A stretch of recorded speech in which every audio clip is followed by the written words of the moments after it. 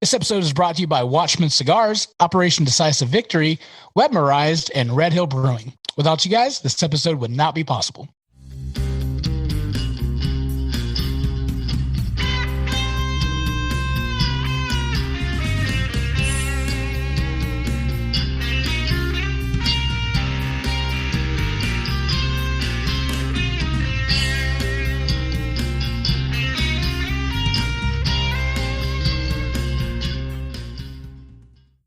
Hey, hello, everybody. Welcome to a brand new episode of the Southern Fried Philosophy Podcast, where it's our take on life, liberty, and the pursuit of gravy, while you, the listener, are invited to come up on the front porch, grab a beverage, and set a spell. We've got a great show lined up for you, as always. But before we begin, let me introduce you to our starting lineup. Running the Facebook Live, the YouTube Live, and manning the chat, it is producer Ryan, a.k.a. Magic Man, a.k.a. Mr. Pickle. Hey. Hey, everybody. How's it going? Refer to episode 166 for the inside joke on that one. Manning the helm is our producer, Brian. Hey, guys. A man of many words. And yes. I, of course, be your illustrious host, Biggun. And how about you? We've got a great show lined up for you, as always. But listen, you may be asking yourself, why in the world am I tuning into this podcast? These knuckleheads have no idea what they're doing. Well, you'd be right.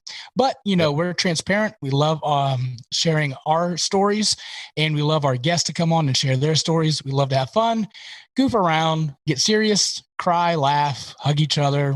Well, that sounded weird. But anyway, we just love each other and we love to talk. So we decided we're going to do a podcast. So here we go. Just some upcoming things to talk about. Hey, if you are watching on Facebook Live or you're listening to the podcast, do us a favor. We'd really appreciate it. Go over to YouTube, search SFP Radio. Our logo will pop up. At that point, you will just hit subscribe. You don't have to watch any videos or anything like that, so we would appreciate it. So that's YouTube. If you have stayed home and you want to do your own podcast, because again, these knuckleheads can do it, just shoot producer Brian an email at headlines@SFP Radio. And if you'd like to be a show sponsor, just shoot us an email at SFP Radio, and producer Brian will now tell us where you can find us on all the fun socials. Yes, we are on all of the socials, on Facebook at Southern Fried Philosophy, Instagram, Twitter, not YouTube, Twitch at SFP Radio. Right. Again, you can always email us, the show is sfpradio@gmail.com. If you want to buy us a chicken sandwich or help support the show, you can go to patreon.com/SFP Radio. And you can always catch us streaming on iHeartRadio, Spotify, TuneIn app, and probably lots of other places. Don't forget TikTok. Right. You don't stop. These guys, these chicken sandwiches, they're costing me an arm and a leg. I'm telling you, because it's not just the chicken sandwich I buy. Then my wife's like, oh, well, I want food from these places. Check. Okay. Yeah. I'm feeding my family at lunch. They're getting takeout every week now. That's right. So, shoot us $5. That'd be great, and we'll give you a shout out if that's the case. Hey, our special guest tonight, Tanya Thompson, she did 100 nights of bourbon. Go check our Instagram, and we've posted the lineup for tonight. She is going to tell us how to do a bourbon tasting. So this clearly is starting to become the bourbon podcast. So there's that, which is fun. But because we love bourbon, except Ryan, he doesn't know what he's doing. So that'll make this even more fun. So we're excited about that. But anyway, so that's who's on the stream if you're watching Facebook Live. And if you hear a voice over the podcast, that's who is there. So we appreciate you shooting her an Instagram and saying, hey, I appreciate you being on the show. That would be cool. I'm sure she'd love that. We would like to say shout out to our listeners from India. Appreciate you tuning in. Guys, we are global. I don't know if you guys realize this, but we literally reach around the world every week. It's insane. Just not Alaska. That's awesome. What'd you say? That's awesome. I said just not Alaska. We get the whole world. Right. But not Alaska. We don't get North Dakota, Alaska, and Vermont. But I'm a man on a mission. Actually, I'm sorry, go ahead. Actually, my mom told me, she says, I think I know some people in those states. Let me see what I can do. Come on, Mom. I need you to pull through. That's right. I need you to pull through. If not, guys, you think the chicken sandwiches are expensive. We're getting plane tickets and we're flying up there and we're going to listen to ourselves. We're going to listen to ourselves. Yeah. Or maybe we could get like an IP address and just ping it off of that in North Dakota and be like, now we've got it. I can do that. That's smart. Very smart. I can do that right now, actually. VPN. As a matter of fact, give me 5 minutes. So I'm going to ask you guys like I ask you every week, how you be doing? And we'll go to Magic Man. Rick sucks. Hey, doing pretty good. What? That's a new one. Well, I mean, I'm diversifying. I'm reaching out. It's interesting. I'm looking out the window here. We were supposed to have a bunch of storms come through today, and evidently the southern part of the listening area, the southern part of our metropolitan area got whacked pretty good. Evidently there was a tornado warning down there, but all we got up here in the northern part is just some rain, and that was it. There wasn't really anything. So thankful that we escaped what they were saying was going to be some really bad storms, tornadoes, and the whole 9 yards. Mm-hmm. I'm going to talk about that in a minute, but go ahead, Producer Brian. I'm good. I'm actually really good. Do you guys remember trying to buy tickets to events in like the late 90s and the early 2000s on Ticketmaster? Yeah. Like I know Biggun doesn't like concerts, but maybe he did it for the wife or something. Yeah, Jessica loves concerts, so we went, I think in 19 to the old John Mayer at the arena using Ticketmaster. There was a time before the interwebs were prevalent. You can talk. Southern word of the week. You'd have to, they'd say tickets are going on sale at like 9:00 on Saturday, sure, right? Yeah. So you have to call, like you get on the phone at 9 and you like, okay, busy, speed dial, busy, speed dial, speed. So my years of trying to do that has prepared me for the current climate we're in right now. So Wednesday of this week, they opened up COVID vaccinations for another group, which I happen to fall into. So old number 4. So I forgot for group 4, whatever is in group 4, you can diagnose yourself for that, I think. But so they opened up Wednesday morning at like 8:30 or something. And I forgot to call it 8:30 because that's what my wife wanted me to do. Mm-hmm. So like 9:10, 9:15, I was like, let me call. So I did the speed dial thing, right? Mm-hmm. Like hang up. Okay, not a real person. Like a couple times I got through and it rang. So I got an appointment eventually, pretty quickly. Okay. Apparently they're all gone now. So if you want one, too bad. But you're out. Yeah, but it was like, if you get in early enough on those tickets, you get like a front row. You think, I'm going to get it early because I'm calling, so 5 rows back. Well, I got in pretty early because I got my shot today. Like, holy cow. 24-hour turn, like, bam, done. Chimney Christmas. Yeah. When you called and you talked to somebody, I talked to a person. Did you say first time, long time? yeah, right. That's what I felt like a radio call-in show. No, She goes, how about tomorrow? I might be busy that day. I mean, I said, okay, sure. And they were filling up while I was talking to her. I said, just put me on there, whatever. I'll figure out the time, right? Oh Lord. Yeah. So anyway, I feel kind of terrible, but good at the same time. You feel terrible because of the shot? Well, I feel like I got punched in the arm by Mike Tyson. But other than that, like old Mike Tyson, not young Mike Tyson. Okay. All right. Just to be clear. I can still move my arm. It's just sore. Magic Man, and you got both ears too, so that's good. Yeah, I didn't get bit. How much could we pay you, Magic Man, to get punched in the face by old Mike Tyson? How much would it take? I wouldn't do it. Ever? Like $1 million. Like how much would it take? 6 IPAs. No. 6 IPAs. Maybe after 6 IPAs, sure. Well, that was a whole hell of a lot cheaper than I thought. If it's 6 IPAs, wait till after 4 bourbon. Yeah, right. That's right. Get old Mike on the phone. That would be. I'm just curious. What would be the going rate? I'm going to put you in the face, man.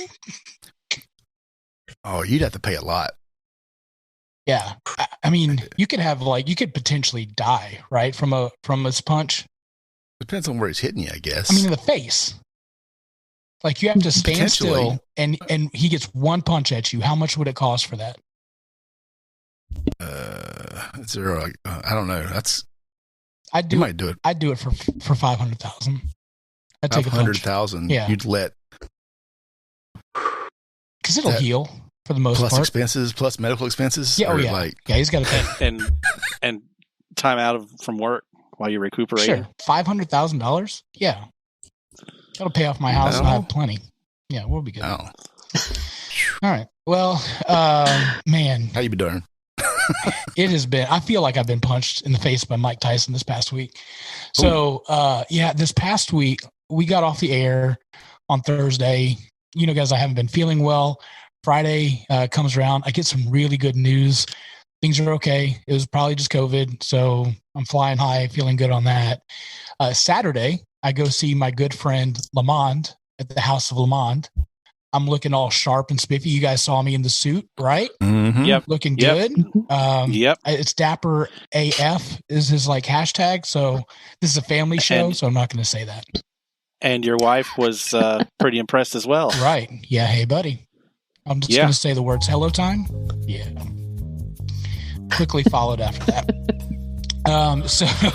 So Lamont did a great job at the House of Lamont. So if you're in Charlotte, you need like a suit or you need some alterations or you need to look fly or dapper AF, call our friend Lamont at House of Lamont. I'm sure we'll put the info in show notes.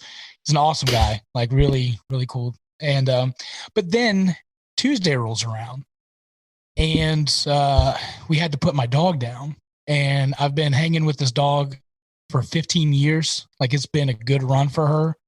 She was not feeling well. It was just, she was getting older and, you know, those type of things. So that was a rough day. And then to put the cherry on top, today, I get a call at 5 a.m. Now, remind you, 5 a.m. saying, this is Small Batches Daycare. And we're going to close for today. Wait, what? Because of inclement weather that's, as Magic Man said, didn't even show up. So now I got to watch this kid and work because at 5 o'clock in the morning, you decide to call it off. Give me a heads up. You knew the weather was coming. Like, that didn't shock anybody. And then nothing happened. That also didn't shock anything. They'll call off school for two seconds of rain. Just frustrating. So, y'all. My phone won't ring at 5 a.m. if you try to call me. That's why. Just for notes. Yeah. Just so you know, if you try to call me at 5 a.m., nobody's home. Yeah. Oh, I was so, because I mean, I have it for emergencies. Like, something happened. My dad's out of town. I don't know. Yeah. There's that. Sorry. Yeah. Well, by gosh, she's going to daycare tomorrow. If I have to duct tape her to the wall and walk away, like y'all got to deal with this. Like I'm out. So I'm just kidding. DSS. If you're listening, I'm just kidding. It's a joke. I'll cut that out. He's kidding. Just cut that out. Yeah. We'll make sure we use like 2-sided duct tape and bungee cords. All right. So the Southern word of the week is piddlin. Have you guys heard piddlin before? Mm-hmm. Yep. This could mean puttering around, but Southerners also like to use it as an adjective, meaning something small or trivial. Hopefully, you get into something more than a piddlin' raise from your company this year. Another example is quit piddling around and help me set the table. So piddling.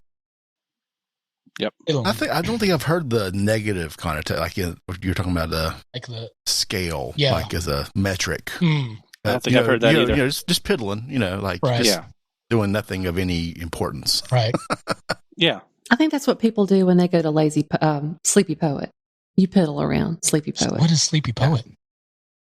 Well, it's that antique mall. It's all, Charlotte's known for, and Gastonia. That's the definition of piddling right there. Gastonia. That's piddling. Just piddling. Yeah. Hey, our piddling place is, what's that, Gibson Mill or whatever up here?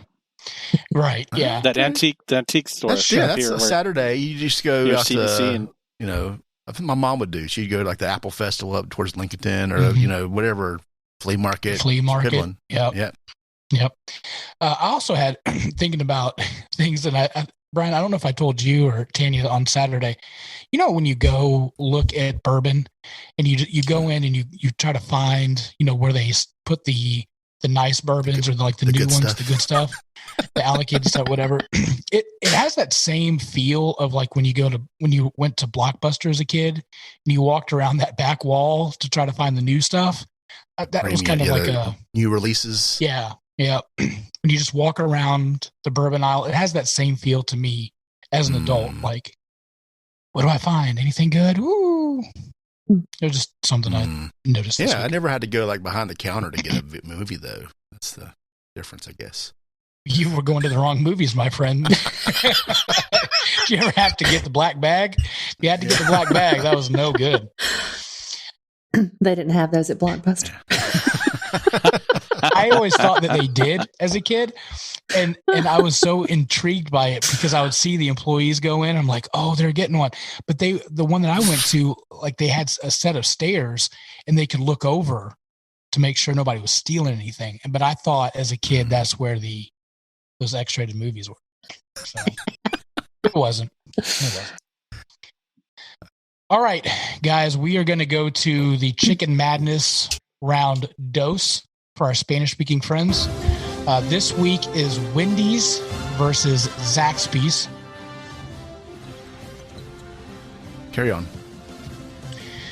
The winner last week, McDonald's versus Chick-Fil-A. Everybody kind of figured that one out. It would be Chick-Fil-A. Surprise. Shocker. Now Zaxby's versus Wendy's. Let me describe to you from their website, the new classic chicken sandwich is now available at Wendy's. What makes the new classic chicken? Chicken that's juicy with the right amount of crispy. Taste that perfect combo of juicy and crispy chicken with lettuce, tomato, mayo, and pickles. That is their description. Sounds familiar. Who doesn't want that? Now let me compare that to Zaxby's, which has a freshly prepared, double hand-breaded, premium chicken breast fillet with 3 sliced pickle chips and served on a buttery, toasted potato bun with your choice of Zax sauce or spicy Zax sauce. I know that you guys may be wondering who's going to win just by the description. So we will go ahead and bring up our scores. It's close, yeah. Gentlemen, let's kind of talk about these chicken sandwiches, shall we? Yeah, just a reminder in case this is your first week on the Chicken Madness. Okay. We have a arbitrary point system. You can get 5 points for presentation, 5 points for bread, 5 points for sauce, 5 points for toppings, and 10 points for the chicken for a total of 30 points over 3 judges. Given a perfect score would be 90 points. Right. So, Producer Brian, are you going to bring up I got it right in front of me. Okay. You happy to take us through it? Go ahead, take us through, bud. All right. So we're going to start with the lower seed, as we did before. Right. Which is Wendy's, which is a 5 seed in our little competition here. Okay. On the presentation, Biggun gave it a 3.5. Right. I gave it a 4. You have a lot of 0.5s here. I just have those. Magic Man gave it a 3. So any comments there? I decided to be more realistic with my ratings this week. Thank God. Yeah, I mean, the presentation really, if it still looks like a chicken sandwich when you take it out of that, I mean, what are our expectations? It's not going to look like the commercial. We know that, right? Yeah. We do. Mine was a little bit elevated from the Chick-fil-A because it just looked, but this one had the lettuce and tomato on it, which looked more appealing. Sure, had the colors going on there. Had some colors going on, right? Yeah. Yeah. So next is bread. Mm-hmm. JT gave it 2.5. I gave it a 3, and Ryan gave it a 3 as well. Yep. I don't remember much about that bread. Now I think about it. I was regular bun. Yeah, I was really kind of dialed in the potato bun again. So that's why it's a little bit higher. So there's that. Did Wendy's just had a regular bun? Yeah. Just a regular bun. Yeah. So sauce, also known as mayonnaise, 2.5 from Biggun, 3 from me, and a 3 from Magic Man. 2.5 is probably the right score. I'm just avoiding the half points myself. It doesn't taste like I told my wife what it was. She's like, "Oh, that was mayonnaise." It didn't. It was like a watered down. Yeah, it was. It was like ranch without the seasoning packet in there or something, and then make it yourself. Sure. But it was fun to me. Any thoughts on the mayonnaise there, Magic Man?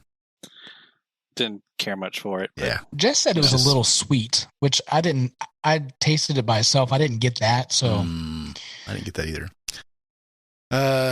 Toppings, everyone gave it a 4.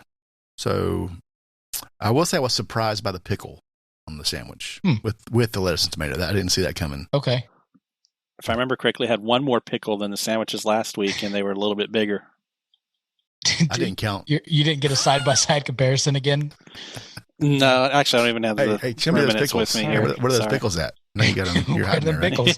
I'm going to need a pickle every week. I'm going to need you to show the pickles. Okay. I'll pickle start that next week. Well, and I'm not a lettuce and tomato guy, so I was really like, oh, I don't want to do this. But the lettuce was crispy. The tomato was decent. So you got a 4. It was fun. Yeah. Yeah, it was fun. Yeah. And then chicken, lettuce which was is not wilted. Yep. Sorry. What was that? I said the lettuce was not wilted. Yep. It wasn't. It was still green. That's always good. It's always good. And of course, the main event, the chicken itself. This is probably comes down to the restaurant, but both Biggun and Magic Man gave it a 5, and I gave it a 7 because it wasn't bad, but it just wasn't juicy enough. It wasn't as advertised. Yeah, that crispy, juicy. Crispy.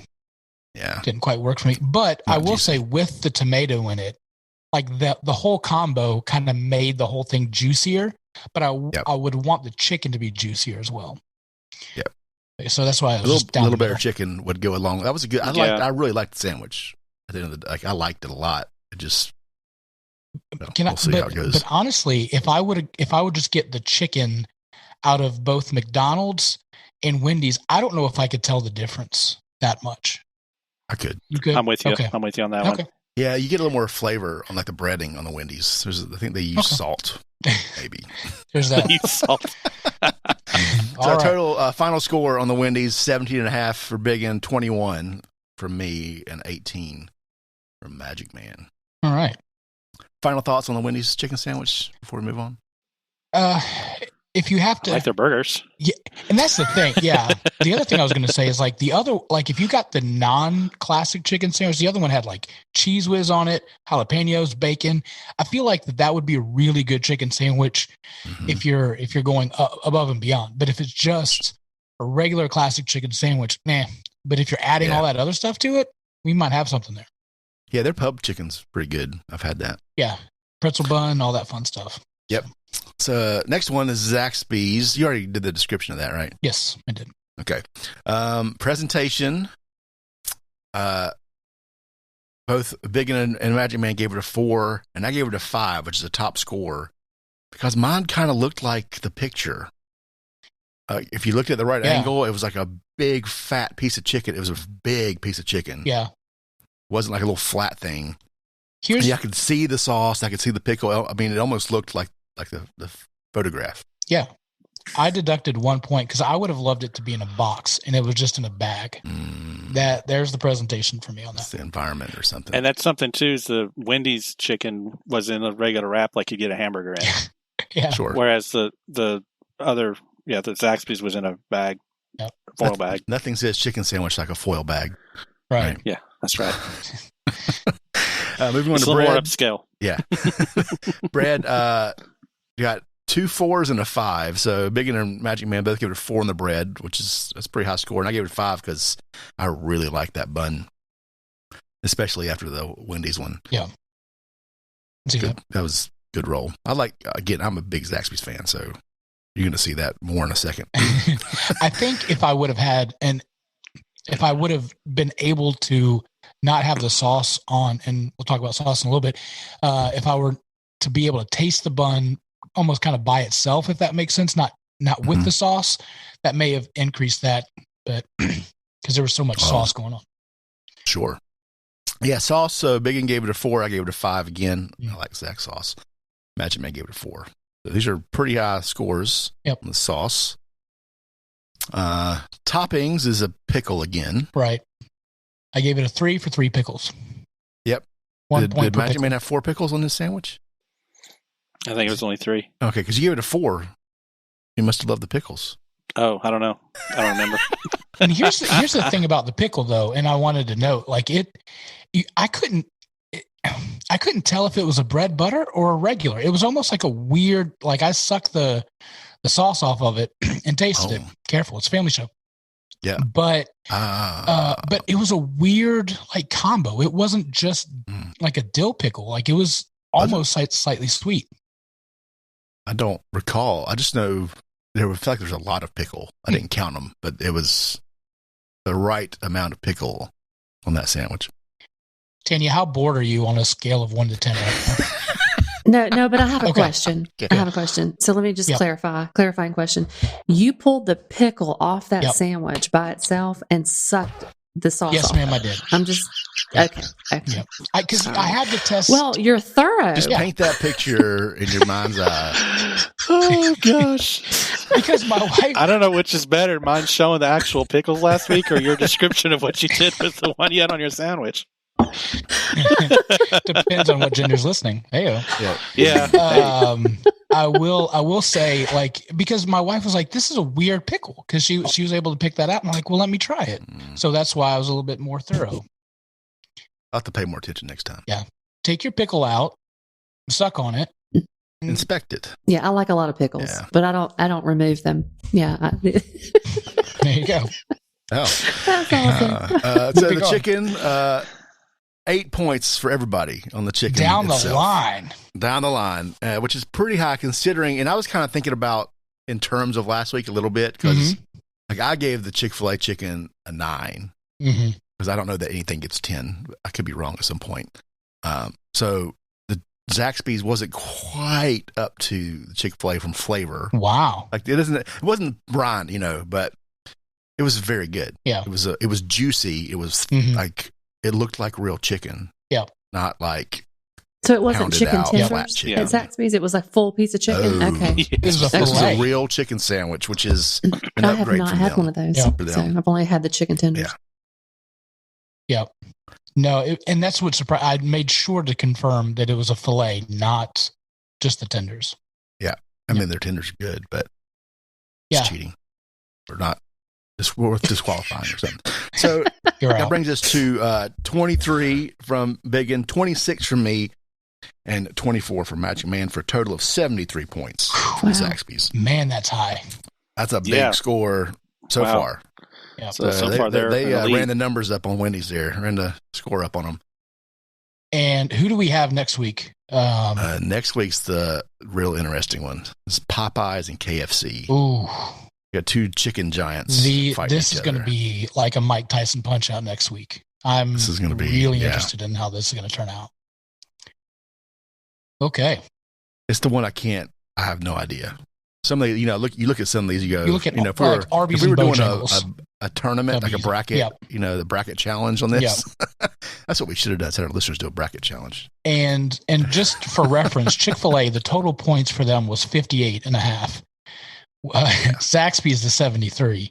I mean, the number 4 seed is definitely looks favorable. So if you're Vegas, I would put some money on old number 4 there. And it's, the way we're doing this, it's going to be different from week to week too. Yeah. So subjective. If by some chance Zaxby's and Chick-fil-A go head to head, oh, they are indeed.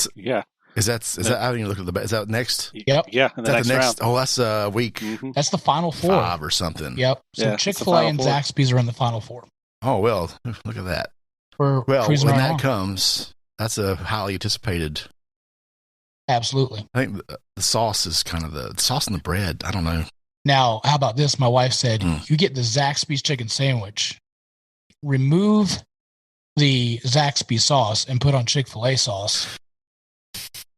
That might be something there. I don't know. It was like the Chick-fil-A sauce we had last week. We just take off the sauce and there wouldn't be anything there. All right. So there's that. Anyway, moving on. We got Zaxby's moving on. They'll face Chick-fil-A this next round. Well, yeah. So next week we'll have Popeyes, KFC, and then Arby's, Bojangles, and then we'll go back to Chick-fil-A, Zaxby's. So we've got 3 more weeks for that battle royale. And what was the score for Chick-fil-A last week? 48.5 or 58.5. Sorry, 58.5. 58.5. So, and most of that's because there's no sauce, so you get points for sauce. Yeah. So I think that's where they're at disadvantage. So if you had a minimum, if we all gave it in the middle, a 2.5 or something, I'd put it in the 60s probably. So easy in the 60s, yeah. You know, so it'd be only down by like 10 probably. But the sauce and that bread is actually just so much better. Unless you're Magic Man, Mr. Pickle, that gave 3 points for a sauce for a sandwich that had no sauce. Still angry about that. I did good this week, though. Yeah, and he gave points for pickles he didn't eat. So. That's true. But I did show him. All right, so we are going to go play that beautiful music. Producer Brian. And now, our feature presentation. All right. Our special guest this week, Tanya Thompson. Tanya did a Instagram post, 100 days of bourbon. So every day she took a bourbon and just did a write-up on it for 100 days. For 100 days straight. So 100 days straight. My liver is fine, really. I'm in good shape. This is not jaundice. I'm so Trust me, I'm a professional. I'm fine. Yeah. Don't try this. Do not try this at home. That's right. That's so funny. So she has graced us with the most ridiculous setup that we've ever had on the show.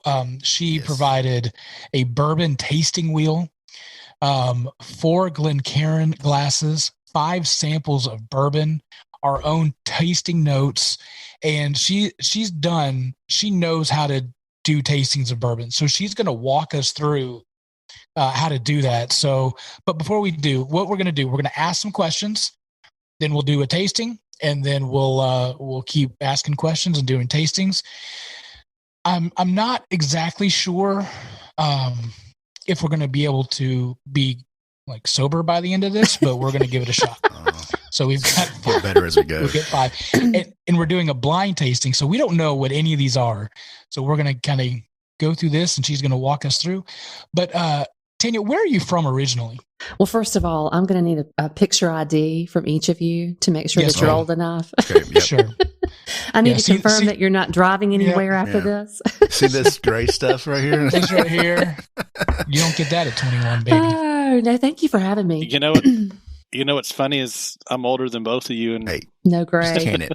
Because you use Just for Men. I've seen it in your trash can. Okay. Don't lie. That's a new sponsor opportunity right there. That's right. Oh God. So where are you from originally? Sorry. I am from Greer, South Carolina. Where's Greer? Exactly? Greer is right outside of Greenville. It's home of BMW North America and my Greer High School 1989 AAA football champions. Yeah. All right. That's Congratulations. My hometown. Yeah. There you go. My mom still lives there. My sister, my brother. So. Okay. Yeah. And we met up on Saturday, and I asked you this question, and it still blows my mind. I told my wife, and she laughed for about 5 minutes. So where did you start your love of bourbon? So, yeah, don't arrest anyone. Right. So, DSS is not watching. my parents were older when I was born. I was kind of an accident. So my dad was 45, my mother was 40 when I was born, and they were in the shrine. And I was my closest sibling is like 13 years older than me. So I was an accident, and I come along, and they're partying it up, and they're in the shrine, and they're having a good old time, and then I come along.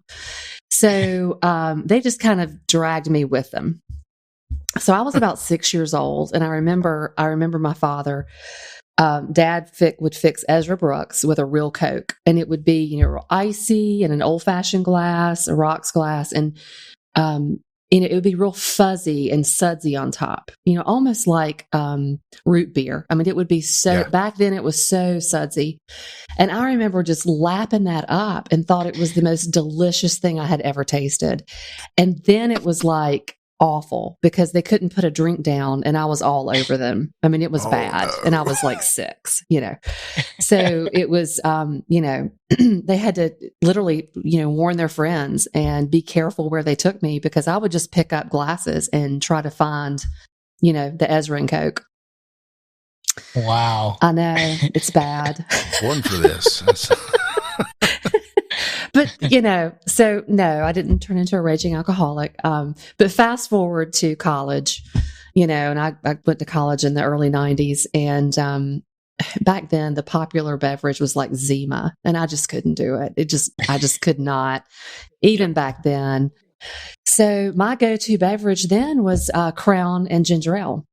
And so loved it, all through college and, into my 20s and, 30s. So, and then I thought, well, if I really like this Crown this much, I need to go back and find some Ezra Brooks. And let's go back to, and my mother's always had bourbon at the house. She still drinks bourbon. She's on up there. So, but yeah, so we're just kind of a bourbon household. And you said that your dad told you a lesson before, or gave you a lesson before you went to college. Yeah, he did. And what was that? Well, he just warned me, I don't know that many parents do this to people who were in college. I think my father was unique, but he kind of sat me down and said, no, listen, you have to pick the alcohol that's going to treat you right. Don't mix them. Don't use mixers. Don't add sugar. And, and you have drink in moderation and be careful. Don't act like a fool. And so, for me, it's not wine. It's not beer.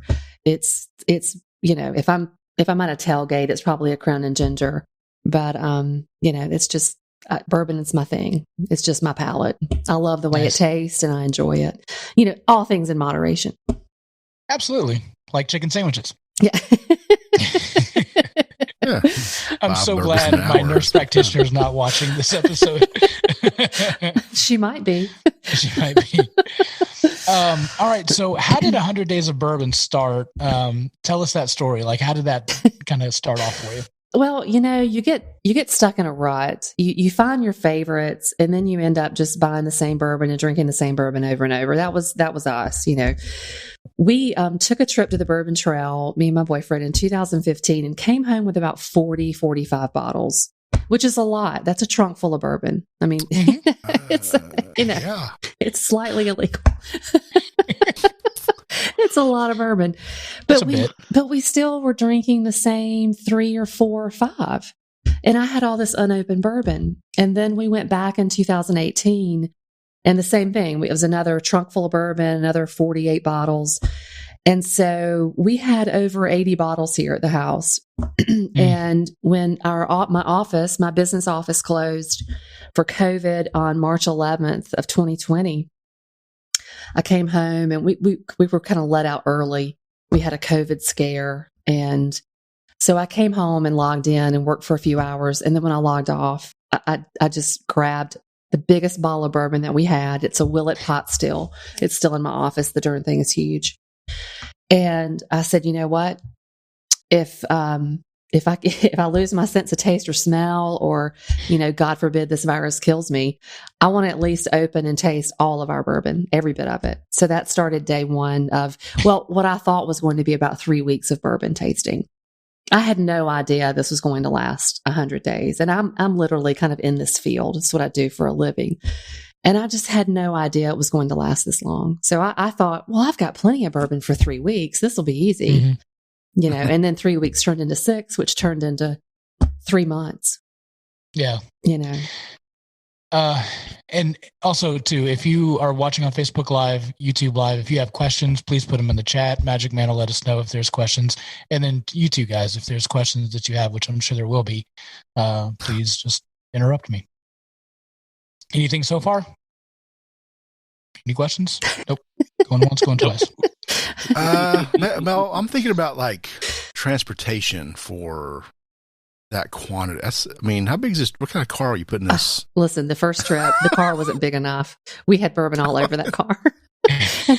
And then the second trip, after that first trip, I realized, we need boxes. I need bubble wrap. I need some tissue paper. You want to keep them upright. You don't want them moving around. It was like a production the second time, and now we have an SUV. So, it's just that nothing is stopping us now.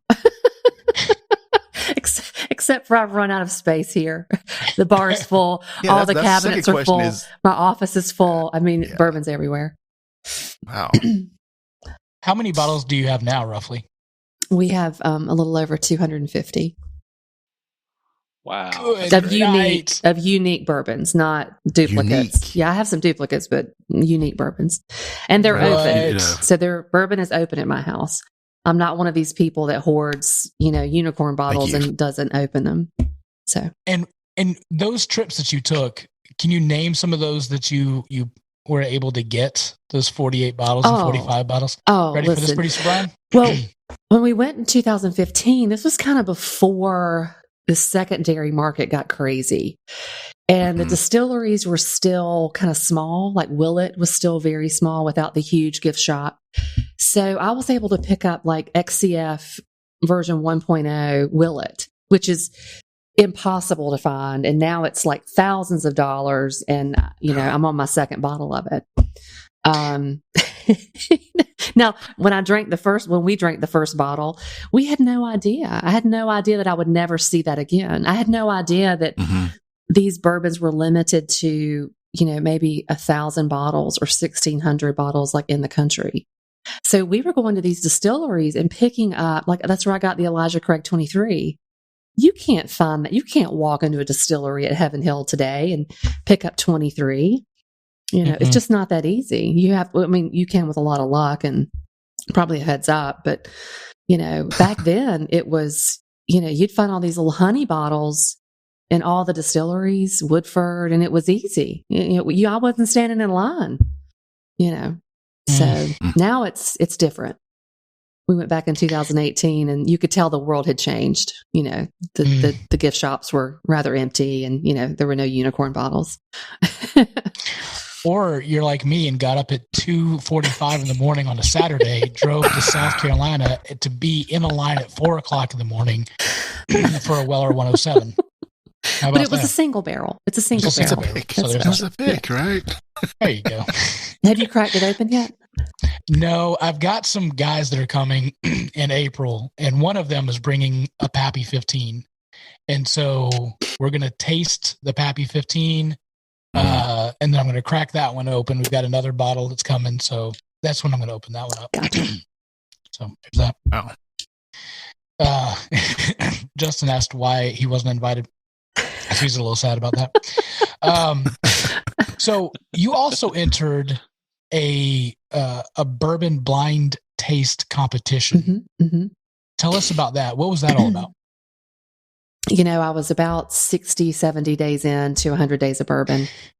And I love Bardstown Bourbon Company. We visited them in 2018. They just opened and their distillery is gorgeous. It's like the Apple Store of distilleries. It's just beautiful. Have you been there? I mean, it's gorgeous. I have not been to Bardstown. No. Oh, it's just so beautiful and so, very modern and it's not old wood. It's all just so modern and beautiful.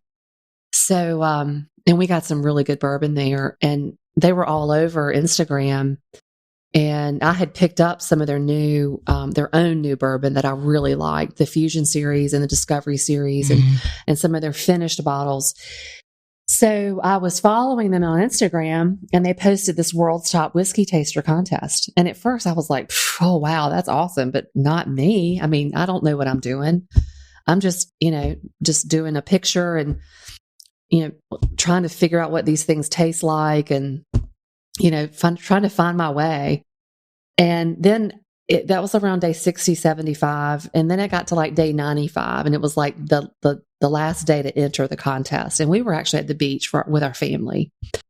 And it's still in the middle of COVID. We're not going anywhere. We're not doing anything. And I thought, you know what? I'm going to do this. I mean, why not? I had seen some other entries and I thought if they can do this, I can do this. Sure. Not having a clue. So I entered. I did a video at the beach. We put it together, photos from my 100 days, and I did a voiceover. I'd never done that before on my MacBook. I had no idea how to do it. It wasn't produced. It was me and my boyfriend trying to figure it out right before dinner, and we posted it. And I got the chance to compete in this Mid-Atlantic region. And we were supposed to go on site to Jack Rose Dining Saloon in DC, which is famous. Oh, wow. And they have, 2,700 bourbons there. I mean, I just couldn't wait. But because of COVID, they had to do everything virtual. So then I had to start training for it. And, wow. I had to learn how to identify bourbons, try to identify mash bills, single malt, age, proof, finishes. And I started training. Wow. Lots of blind tastings. Yeah, I was going to say, so it was just a bunch of blind tastings. Is that how you developed that palate? Yes, absolutely. Lots of, training and blind tastings are the best way to do it, because it's just all about taste and palate and recognition, putting real names and like, I know Peggy mentioned this on with you guys on her podcast about, things that taste like food and memories. Taste has and smell have a very strong memory. Sure. So it's being able to identify those tastes. Okay. All right. And now you kind of lead bourbon tasting. So that kind of leads us into the first tasting. So walk us through. Now, Magic Man's a noob, but there may be some other noobs that are listening. Yeah. So walk us through, start from the very beginning, and let's do this thing.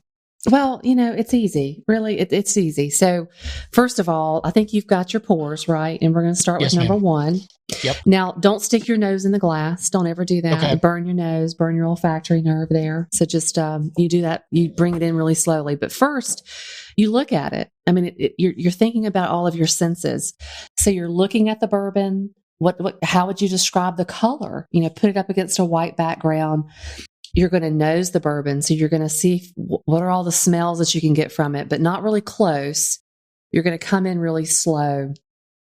And then we're going to taste it. Now, let me tell you, when we taste it, you're going to ignore the first two sips. Completely ignore that first sip is just a burner. Mm-hmm. You're going to forget it. You're not going to judge it. And I don't even judge the second sip. It's the third one that I chew and really judge. And then we're going to see once the juice goes in your belly, there's nothing left in your palate and in your mouth, you're going to judge, what's left. What's the feeling in my mouth? Is it dry? Is it moist? Is it coated? Do I still have flavor, or is it gone? Like a ghost, and that kind of describes the finish, whether it's short or medium or long or smooth, or, there's a Kentucky hug you can feel in your chest. I think y'all talked about that before. So let's do number one. Okay. Well, first of all, how would you describe how it looks? It's caramelly, but it's not too dark. Mm-hmm. I would say a medium color. So color comes from age in the barrel. All that contact with the charred barrel is where your color comes from. Or you can get tricked by that on a finished bourbon. So you have to be careful. But none of these are finished bourbons. These are all straight, Kentucky straight bourbons. So this color is coming from the barrel. Now, this bourbon does have a little bit of, it's a blend. It does have some older bourbons in there, but you can tell there's some young bourbon, and that color is not as dark as it could be. Okay. So, all right. So caramel's what I was going to say too. To smell it, you kind of bring it in a little slow until the point where you can smell it. And some people, they try both sides of their nose. Sometimes, sinuses, or you can smell more out of one side than the other. So there's, they recommend that you smell out of both sides of your nose.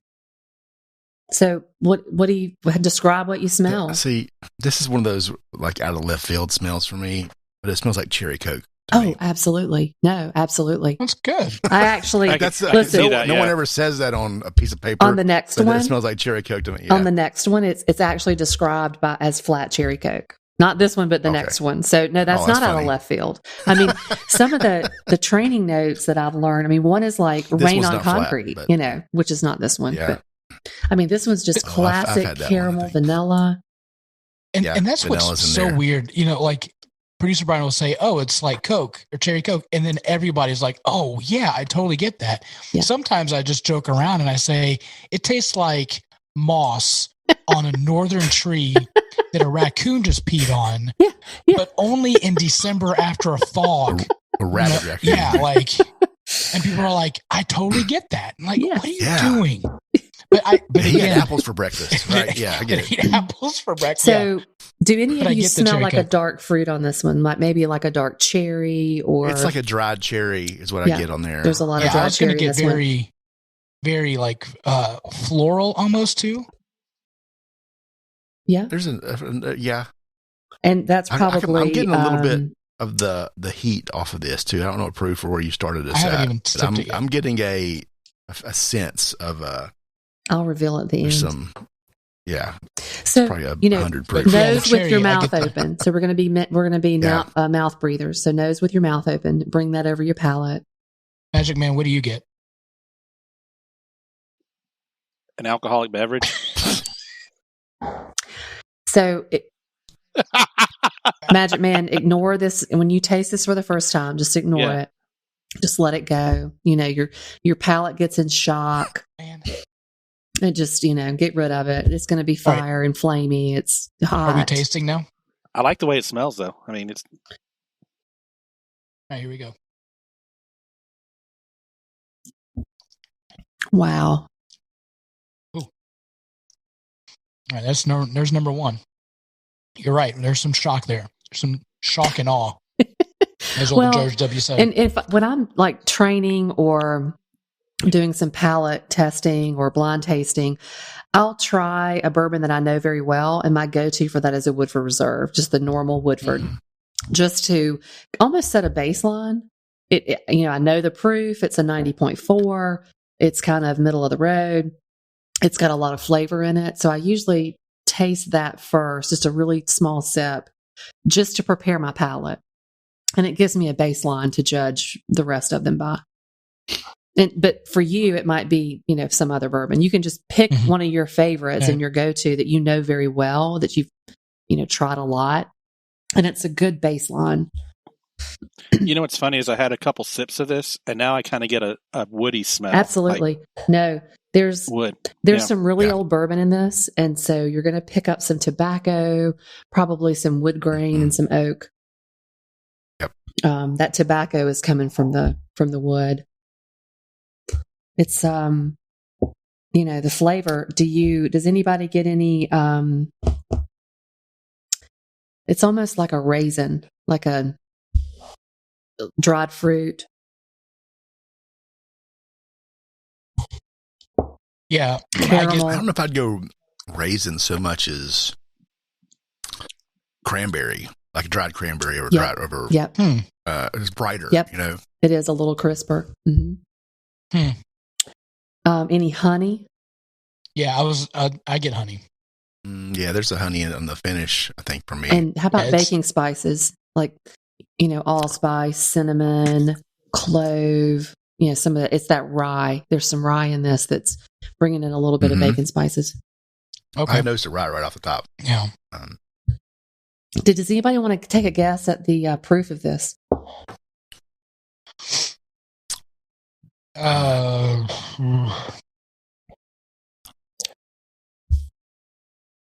It's probably like a 95, if I had to guess. You're really close. Yep. So it's 90.4. Okay. All right. Now, this bourbon doesn't have a true age statement. It is the Woodford Reserve Very Fine Rare Bourbon. So let me show you the bottle here. It is blended with bourbon that it does have some age on it. There's some 17-year bourbon in this. But since they don't put an age statement on the bottle, that means that they've mixed it with some younger bourbon.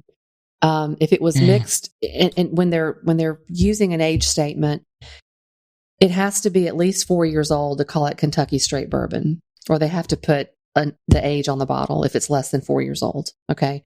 When you see a bottle that has no age statement, and they've admitted that they've blended this, it means that there's younger bourbon in here, but it's probably less than 8 years old, but definitely more than 4. They'd have to put 4 on the bottle.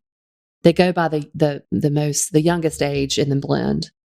So they've mixed this with some young bourbon, and they also held back bourbon that's been sitting in barrels for 17 years to mix this special Masters Distillers collection. Wow.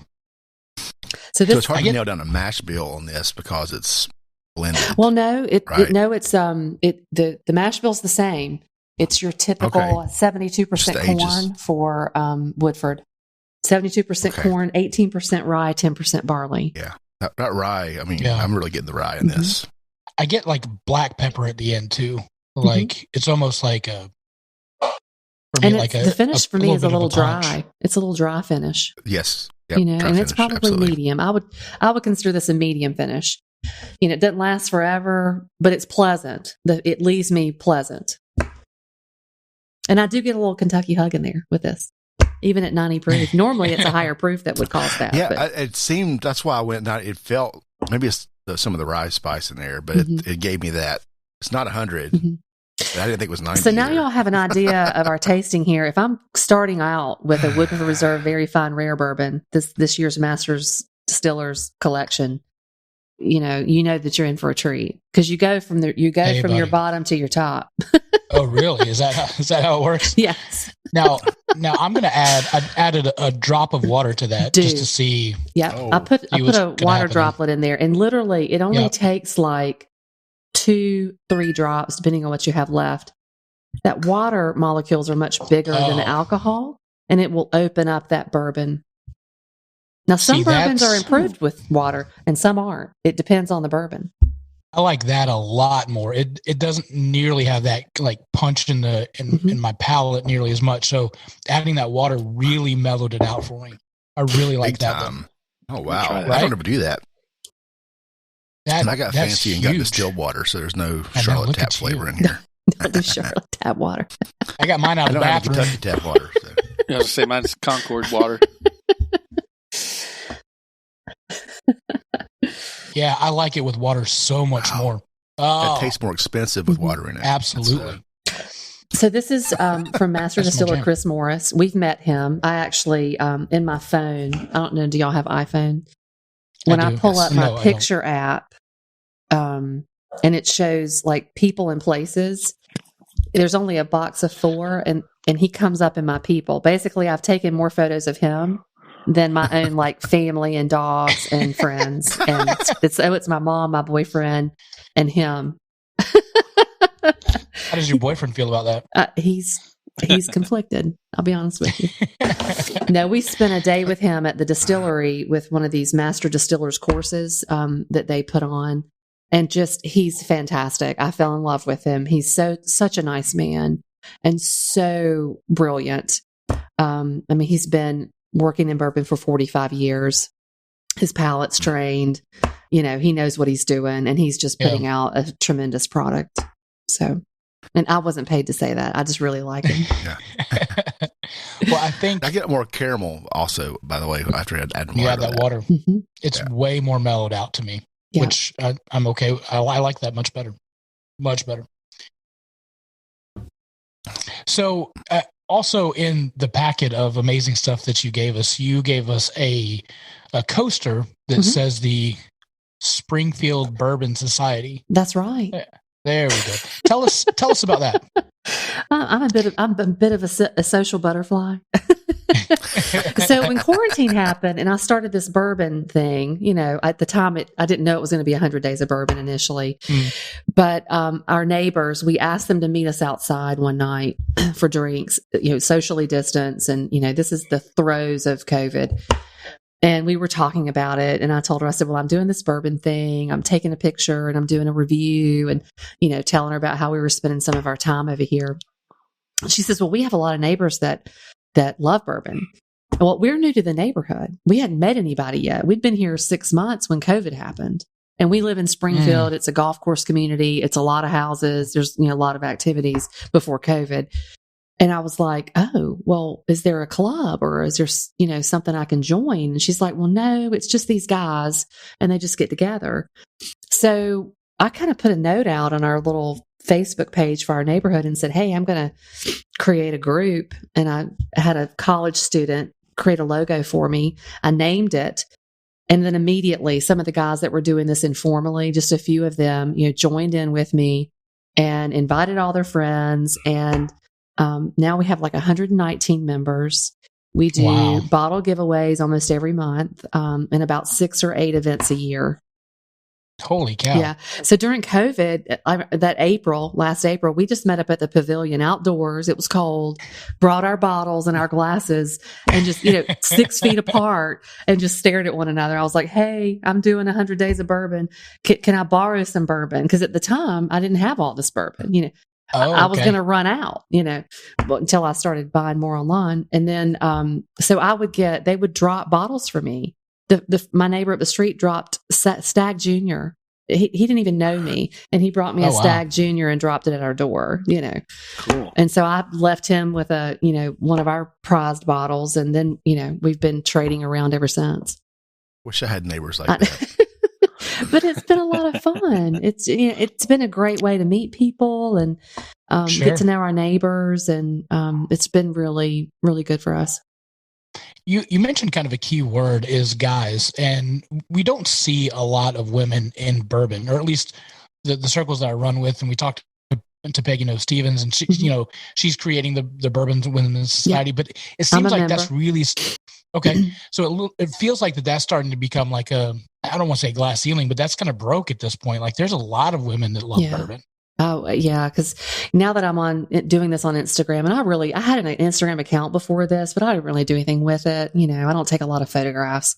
But with this, I really got into it. And then you start going down the rabbit holes of, well, let me see what else this distillery is doing, or the distiller, or the people that market their bourbon. And you start following all these people. And honestly, I see a ton of women in bourbon. And awesome. I mean, some of them actually have clothes on. I mean, it's just fantastic. It's fantastic. I'm proof you can drink bourbon without, with a top great. On. Well, there you go. By the end of this, Magic Man's going to not have a top on. So we look forward to that. Yeah. I'm like, you can show a glass of bourbon without showing anything else. But it's no, really. I mean, it's sure. I see a lot of women and drinking bourbon and sharing their stories online.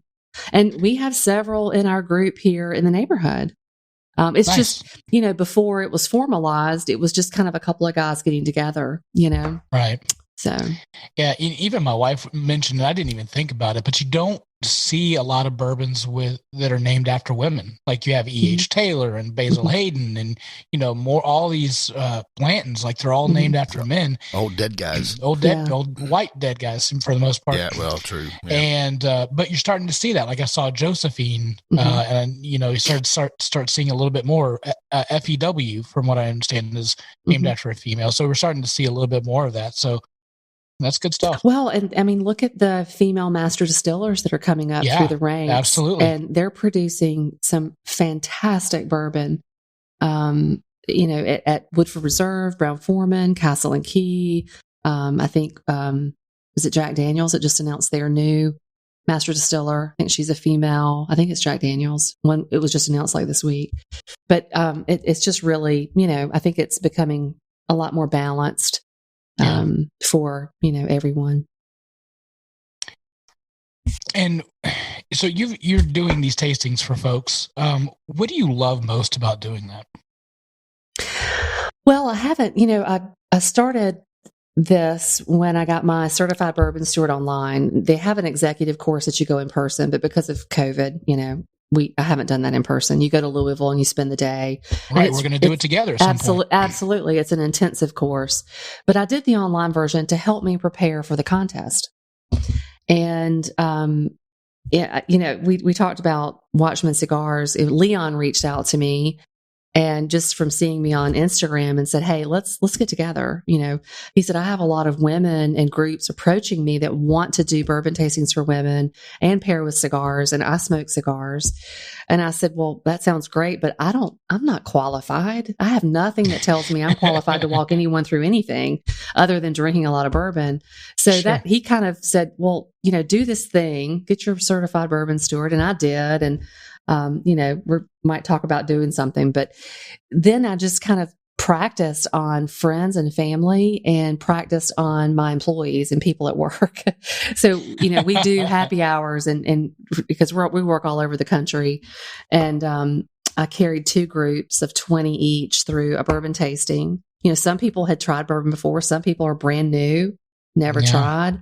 So I've done some online and have done a few other groups.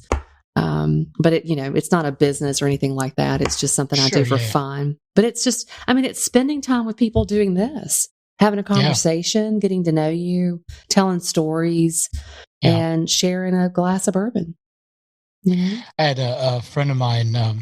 She came up with her husband, which I've never met before, and they came up this past weekend. And he wasn't a bourbon guy, at least like he would drink old fashions, but that was kind of the extent of it. And I was like, well, let's kind of talk about bourbon. And he loves information, and I was just feeding him left and right. What's bourbon? All this kind of stuff, and he was just soaking it up. And he loved the story about bourbon and kind of where it came from and why and that kind of stuff. And then we went through probably about 10 to 12 bourbons, and he was like, this is amazing. And he was kind of doing the same thing. Yeah. We started off with basil, and we ended with Weller Special Reserve. So we went through a pretty good gamut, and he was like, oh, well, I can taste this, I can taste that. And it was really cool just to watch his eyes oh, I get this, So, just doing that was just really awesome. And so I can understand that. I'm a firm believer that there's a bourbon for every palate. You just have to find it. And, you're not going to always find it. Going to the liquor store, that can get a little expensive. Obviously you have to go probably to a bar and, try a few. And all the bartenders that I know and the places that I go, they will let you taste a couple or 3 little sips before you commit to a $10 or $20 pour. And that's a great way to taste a few bourbons. It's, they'll give you a little taste before you spend a lot of money. I've been doing it the expensive way. Yeah. Just been buying the whole thing and seeing if I like it. Yeah. Or I go to Biggun's house. It's a little different. Well, and that's what I do. I have people come over, even with COVID. Yeah. I had Leon. I'd never even met Leon. I said, Leon, just come by the house. Let's drink some bourbon. Let's get to know each other. And, boyfriend's like, who is coming to our house in the middle of a global pandemic? Some random dude on Instagram. You have no idea how many times I've done that. It's a little scary. It's okay. He's bringing cigars, probably. So. Exactly. He did. As a matter of fact, I had to go buy them. Yes. As a matter of fact. We're going to call him out right here on the show. Leon, what up, man? Why are you doing that? I got my water in one of his glasses. So. All right, let's move to old number 2. What do we got here? All right. Here we go. So how does it look? Doesn't this looks older than the last one? This looks much older. Yep. It's a little darker. It's a lot darker. Sure. Yeah, this one's a treat. That means it's probably going to be in the barrel a whole lot longer. This one's going to be a little hot.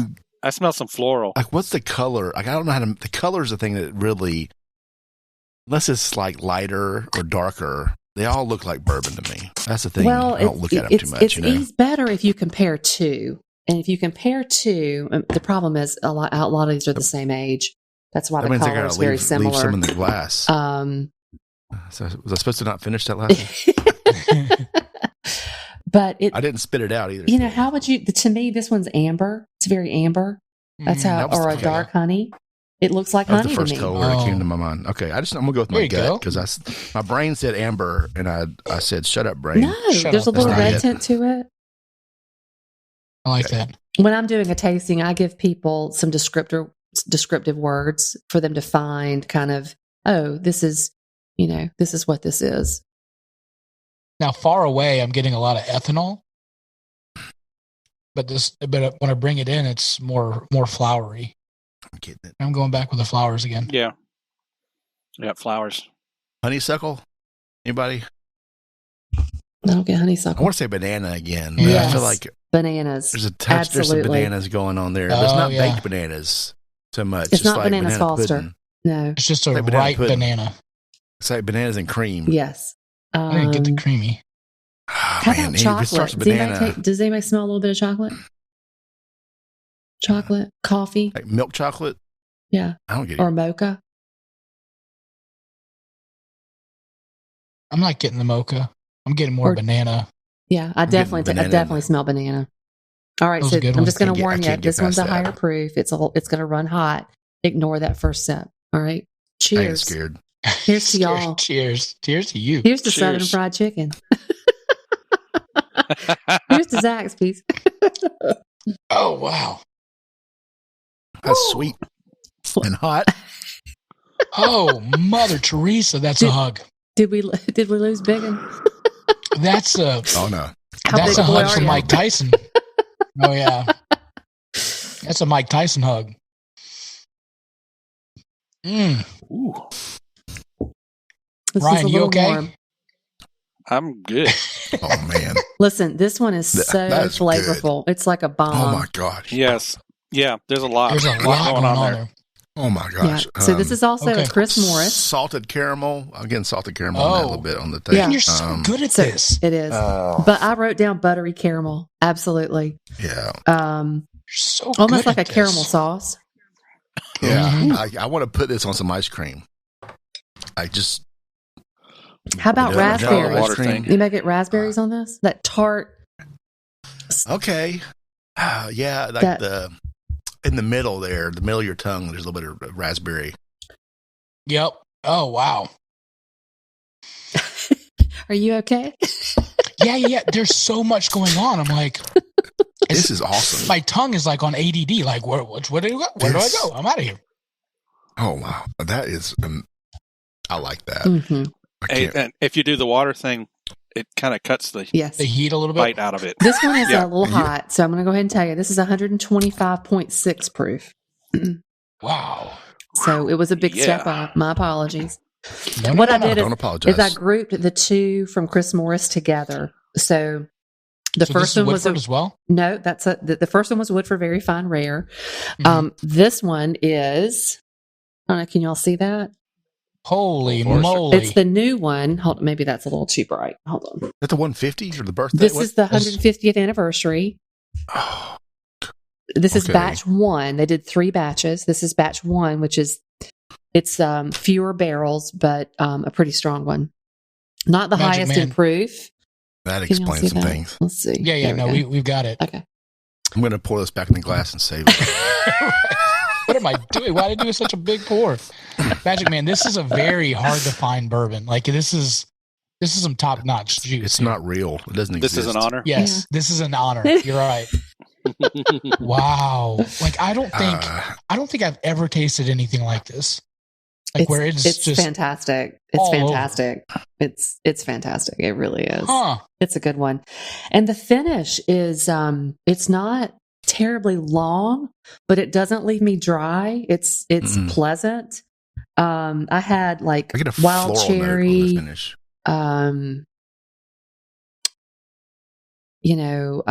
some little bit of oak in there, some cinnamon, almost like a pink peppercorn. Pink peppercorn. That's so unique and it's delicious. Wow. Yeah, that's amazing. So he's one of my favorite master distillers. These are 2 of my favorite pours. So I've grouped these 2 together. This is Chris Morris, and our next 2 pours are going to be a different master distiller. Okay. Now, these 2 have no age statement. So what that tells you is, Woodford tells you there's at least 17-year-old bourbon in this very fine rare bourbon, but they're blending it and mixing it with younger bourbon. And that younger bourbon wasn't at least 8 years old, or they would have listed it, because you get more money if you can put 8 year or more on a bottle. So they probably have some 6 year, 7 year bourbon in there mixed with that 17. Well, Old Forester is also Brown Forman. It's also Chris Morris. He didn't put an age statement on this either. Hey, Biggun, did you do any water in this one? Not yet, but Old Forester is also Woodford. Is that right? It's Brown Forman, and it's still Chris Morris. Yeah. Mm-hmm. Do I need to put some water in it? I'm just asking if you did it. No. This is one of those, you get this kind of bottle, and I go, I don't want to dilute this at all. I just want to take it as it comes. I'm going to do it. It's so good. And I'm not like I said, I did it, and it took some of the bite out of it. Sometimes it really opens it up and changes the entire flavor profile. Well, that's why I want to do that. It's good. I love this. I really like this. I had a friend of mine who, a friend of his had this bottle, and he said it was 150-year-old bourbon. No, that's not the case. No, it's not. There wouldn't be anything left. There's nothing left. Yeah.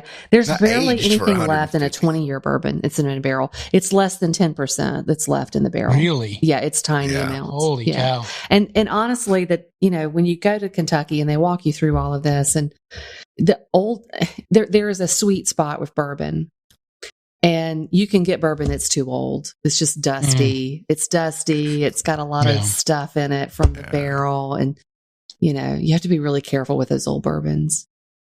I would tell you, don't put water in it. Did you? I did. say I'm the not same going thing. to. I would say don't water I'm not it. going to. I just was wondering. I could see it doing something, but I don't ever change. I get way more. Delicious. I get more acetate through it. Yeah, So good. It's delicious. It's so good. but Magic Man, you liked it. Oh, with some water. Listen, y'all, we haven't even gotten to the good stuff yet. Oh, well, here's the thing. Yeah, So I would say I like it with and without it. Okay. Biggun mentioned this it changed to the me. experience a little bit when you add water to it. That's all. To me. So Biggun mentioned that this might be a thing here. He gave me a little I gave hint. him a heads up. And I thought it was going to be the surprise at the end. Yeah. It's like the last one. Yeah. Like, that's where I thought this was going. And when it's number 2, Yeah. I mean, okay. You just wait. You just wait. Buckle up, You guys. just buckle up, baby. Buckle Wait. up. Producer Brian, We're you're going to have a Smokey and the We'll do long... it Bandit, next baby. Thursday. Yeah. He's pounding down. You're going to have a long show to edit, Producer Brian. I'm just telling you. Yeah, say producer Brian, not where's that hell editing yeah, this. brother now? I'm going to cut the Zoom link and just throw it up there. There you go. That's fine. So what does bourbon mean to you, Tanya? Like, what does it mean? Like at the core of bourbon, what does it mean to you? Well, I mean, to me, it's spending time with people that you love, or new people that you've met, and you're getting to know them. You can sit down and have a glass of bourbon with somebody, and by the end of that, you know that person, and you know whether or not you want to spend more time with them. That you is really true. do. And so, it is a connection. It's stories. I can tell you everyone that's been in this house this year where we've come in and had bourbon and had a good time. And those moments have been extremely rare this year, which is so unfortunate, but it has meant the world to me. Anyone that would come in and, risk. I mean, our house is pretty open. You can get 6 feet in the kitchen here. But, anyone that's willing to come in and sit down or have a glass, or have one on the back deck, or meet up at the pavilion, it's just really it's gotten me through this year. It has. It's gotten me through COVID with a little bit of sanity left, for someone who's very social and who needs interaction with people. But to me, it's connection. Absolutely. That's a great. It's funny you say that. I've never watched in this class. Sorry. I was just talking with somebody earlier today, and we were saying about how this whole isolation from COVID, even the introverts are like, okay, that's enough now. That's probably. Oh, y'all, you just have no idea. Like a lemon on just the empty glass. Yep. It's like a lemon peel or a lemonade kind of. Here's what I love to do after having some bourbon or wine tasting. I'll leave the glasses near the sink and just let them sit overnight, and come back the next morning. And oh my gosh, some of really good bourbons smell really good after just sitting in the glass. And, I mean, really good bourbons are like, wow, they still smell really good. And then ones that are kind of like not so great, they're rancid. I mean, they don't smell good at all. I mean, especially in the morning, but I'll leave them out for that purpose and just let them kind of, sit there, especially if it's a new one. I want to see, because what's left, sits out there and oxidizes in the air, and you can really tell if this is good juice or not. That's kind of like the telltale for me. That's a good one. I haven't done that before. It's good. What's your day job? What do you do? Because you obviously don't do this for a living, though it would be fun, right? It doesn't pay enough. Right. Yeah, if it just paid more. This is so much fun. No, it's kind of weird. I am in financial services. I've been in this career for about 20 something years, but I determine how long people are going to live for a living. Wow. Yeah, I price. I help price mortality for a life insurance company. Wow. Yeah, that's got to my be day tough, job. right? Yeah, this year's been tough. I'm also responsible for claims for our company, but for life insurance. So I wanted to be a doctor, and I couldn't study hard enough. I literally, Bourbon. Exactly. Back then it was Crown. I mean, I just could not, sit in my room and study enough. And I thought, what am I going to do? Because I thought I was going to be a doctor. And I left my freshman year at College of Charleston, and my mom said, I have a job interview for you like today. Like I had my car full of my dorm room stuff and went home, changed clothes, and went to a job interview. And it was for a life insurance company. And so that summer I worked for an underwriter, and they read medical records and look at medical histories and how much you drink, how much you weigh, how you drive, and determine how much you're going to pay for life insurance, how long you're going to live. And I thought, oh my God, this is like eureka. It looked like heaven to me, and I fell in love with it. And so I changed my major, and I've been doing that ever since. Wow. I just call them and they just hang up on me and say no. So there's that. Listen, I don't even answer any questions. There's no. Almost everyone's insurable. It's just how much you got to pay. I mean, that's the hardest part, is saying no. That's the great part of having a corporate job where they give you, that without the EOI. Appreciate that. Thank you. Those group benefits are great. God bless a bear. I can't never leave. Exactly. So speaking of, you also smoke cigars. You mentioned that before. How did that start? Did you just pick it up and be like, hey, I want to start smoking cigars? Or 7, 8. What year? Exactly. No. So when I was 19, I dated this guy who's a little older, and y'all, you're going to die laughing. He smoked these little backwoods. Do y'all know those flavored little cigarillo things? They come in a little pack. Do they have the wood tip? No, they're just nothing. Almost like. Were they Swisher Sweets? No, but there's no tip. It's just raw, And they're all flavored. And so I've never smoked cigarettes. I cannot stand cigarettes or smoking, but he kind of it was just a flavor thing. It really tasted good. So I smoked a few there, but it was not my thing. And then sometime around, I don't know, the late 2000s, I grabbed somebody's cigar out of their hand, I think, and smoked it. And I was like, you know what? This is really good. And that's how I started smoking cigars. And then when I was living in Greenville before I moved to Charlotte, I was part of a group called Cigar Therapy. And it was a networking group put on by Phil Yanov. And he runs Tech After 5, which is here in Charlotte as well. That's what I'm going to start calling it. He has meetings all over. But it's Cigar Therapy. So it was 4:00 on Thursdays, and it was networking group. It was always the best group. It just felt like I was sitting with the smartest people in town. And we would have a question of the day. You would introduce yourself, what you do, what you're drinking, what you're smoking. And it was from 4 to 6. Boom. And then you were done. And it was the best time ever. Wow. And I have missed it so bad. But what COVID brought me is the ability now. We do it on Zoom. So I'm not always able to log in because of work, because it starts when I'm still working. But every time that I get to log in, it's just the biggest treat ever. So that's cool. Yeah. That's cool. Any cigar pairings that you absolutely love with bourbon?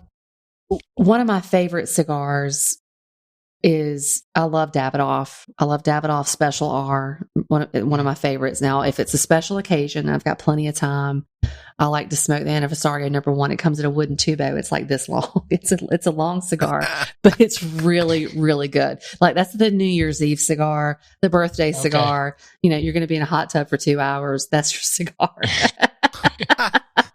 Nice. But any bourbon, all bourbon's good with cigars, but I love, one of my favorite things to drink with a cigar is Grand Marnier. I love orange, the flavors of orange and orange zest, and it's just delicious. Straight? Yeah, just straight. Yeah. Mm-hmm. Well, it's fantastic. I got some of that on the, Yeah, highly recommend it. I've never tried it without, I just put it in an old fashioned. Back when I was younger, I would even put the cigar, dip the tip of the cigar into the Grand Marnier and then smoke it. And that was actually delicious. It would ruin a cigar, but it actually tasted very good. It was delicious. That's funny. I think that's the redneck in me, but anyway. Yeah. I remember somebody told me, dip the cigar in the bourbon. Yeah. And I was like, this is so weird. Just a little bit. You just dip it a little bit. Yeah. And I was doing it, and then I tried to light it, and I was like, I think I did the wrong end. Yeah. So I've learned my lesson since then. You dumb A. That's tough. Oh, Don't do man. I do love a Four Roses single barrel. That to me with a cigar is just perfect. It's one of my favorites. Listen, Yeah. Four Roses single barrel is very hard to beat. I mean, it is. Yeah. Listen, it wins out in most blind tastings of mine because it's just that bourbon right there is like my palate. It's just that everyday delicious. You can find it. It's reasonable. It's delicious. Yeah. And it's Jim Rutledge, who we're going to taste here in a minute. Okay, well, let's go. Or let's go to 3. We got one of those back Oh here my somewhere. God, this is such a treat, y'all. And let me tell you, this bourbon is rare. It's a single barrel. It's a Jim Rutledge. And I'm just telling you, it's fantastic. It's not Four Roses. It's not Four Roses. I know what it is. I'm waiting for producer Brian. So good. Well, first of all, what does it look like? It's less darker than the other. Yeah. It's like it's like amber, but it's like a cloudier amber almost. Like I don't know, maybe it's just a light lift here, but it's definitely lighter. it's more orange. It's more It orange. is orangey. I Yep. guess. It's a little Okay. lighter. Yeah, I taste the fruit, or I smell the fruity. I was going to say, it actually kind of smells sweet to me. Yes, it is. It's like, well, I don't want to give it away. But Oh, it's apples. I got apples on that right off the top. I get like buttery apples, like Like cooked fresh, cream. like Dude. Yeah. Like I get like cut, like a yellow, like a golden delicious, like just sliced. oh yeah. What about That's the first hit. have y'all ever had rum raisin ice cream? I don't know that I Rum have. raisin bread pudding? I can get that. I can get it. I could get that vibe here with like a burnt sugar kind of, Yes. or like a brown sugar raisin Mhm. flavor. Oh man, this is a treat. This is like one of my favorite bourbons, and I'm It's like, it's so hard to find. I've had 2 bottles. This is my second bottle.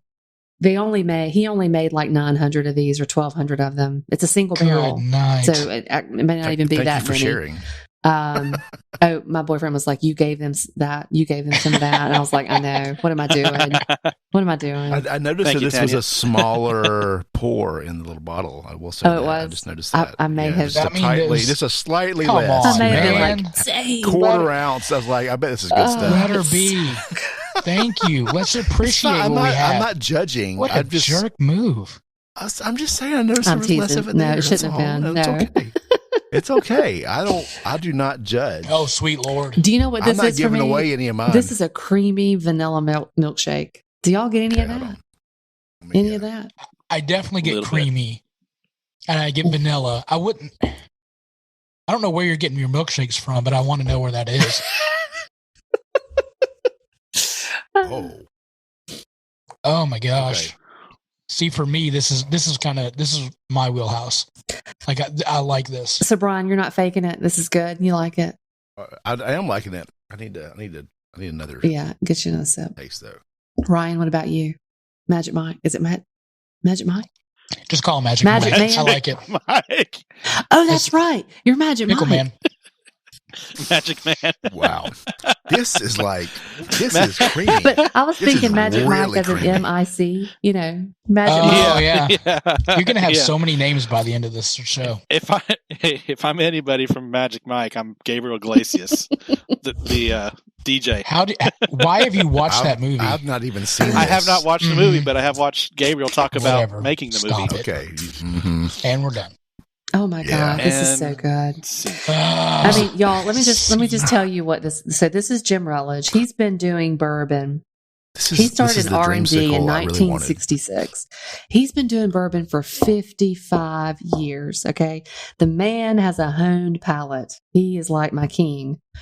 So he started his new label, and he's all over Kentucky picking, doing barrel picks, trying to build up his, while his bourbon is aging. He's trying to find barrels. I don't know how many barrels he was in, and he found this barrel. It's a single barrel, and said, wait a minute, stop. All this goes into one bottle. And it's like damn honey hole. This stuff right here is just straight from Jesus. This is straight from Jesus right here. I'm pretty sure that if you have this bourbon with Chick-fil-A at the same time, that calls him down. I was going to say, yep, the Lord's bourbon with the Lord's chicken. I forgot to write down what I said before.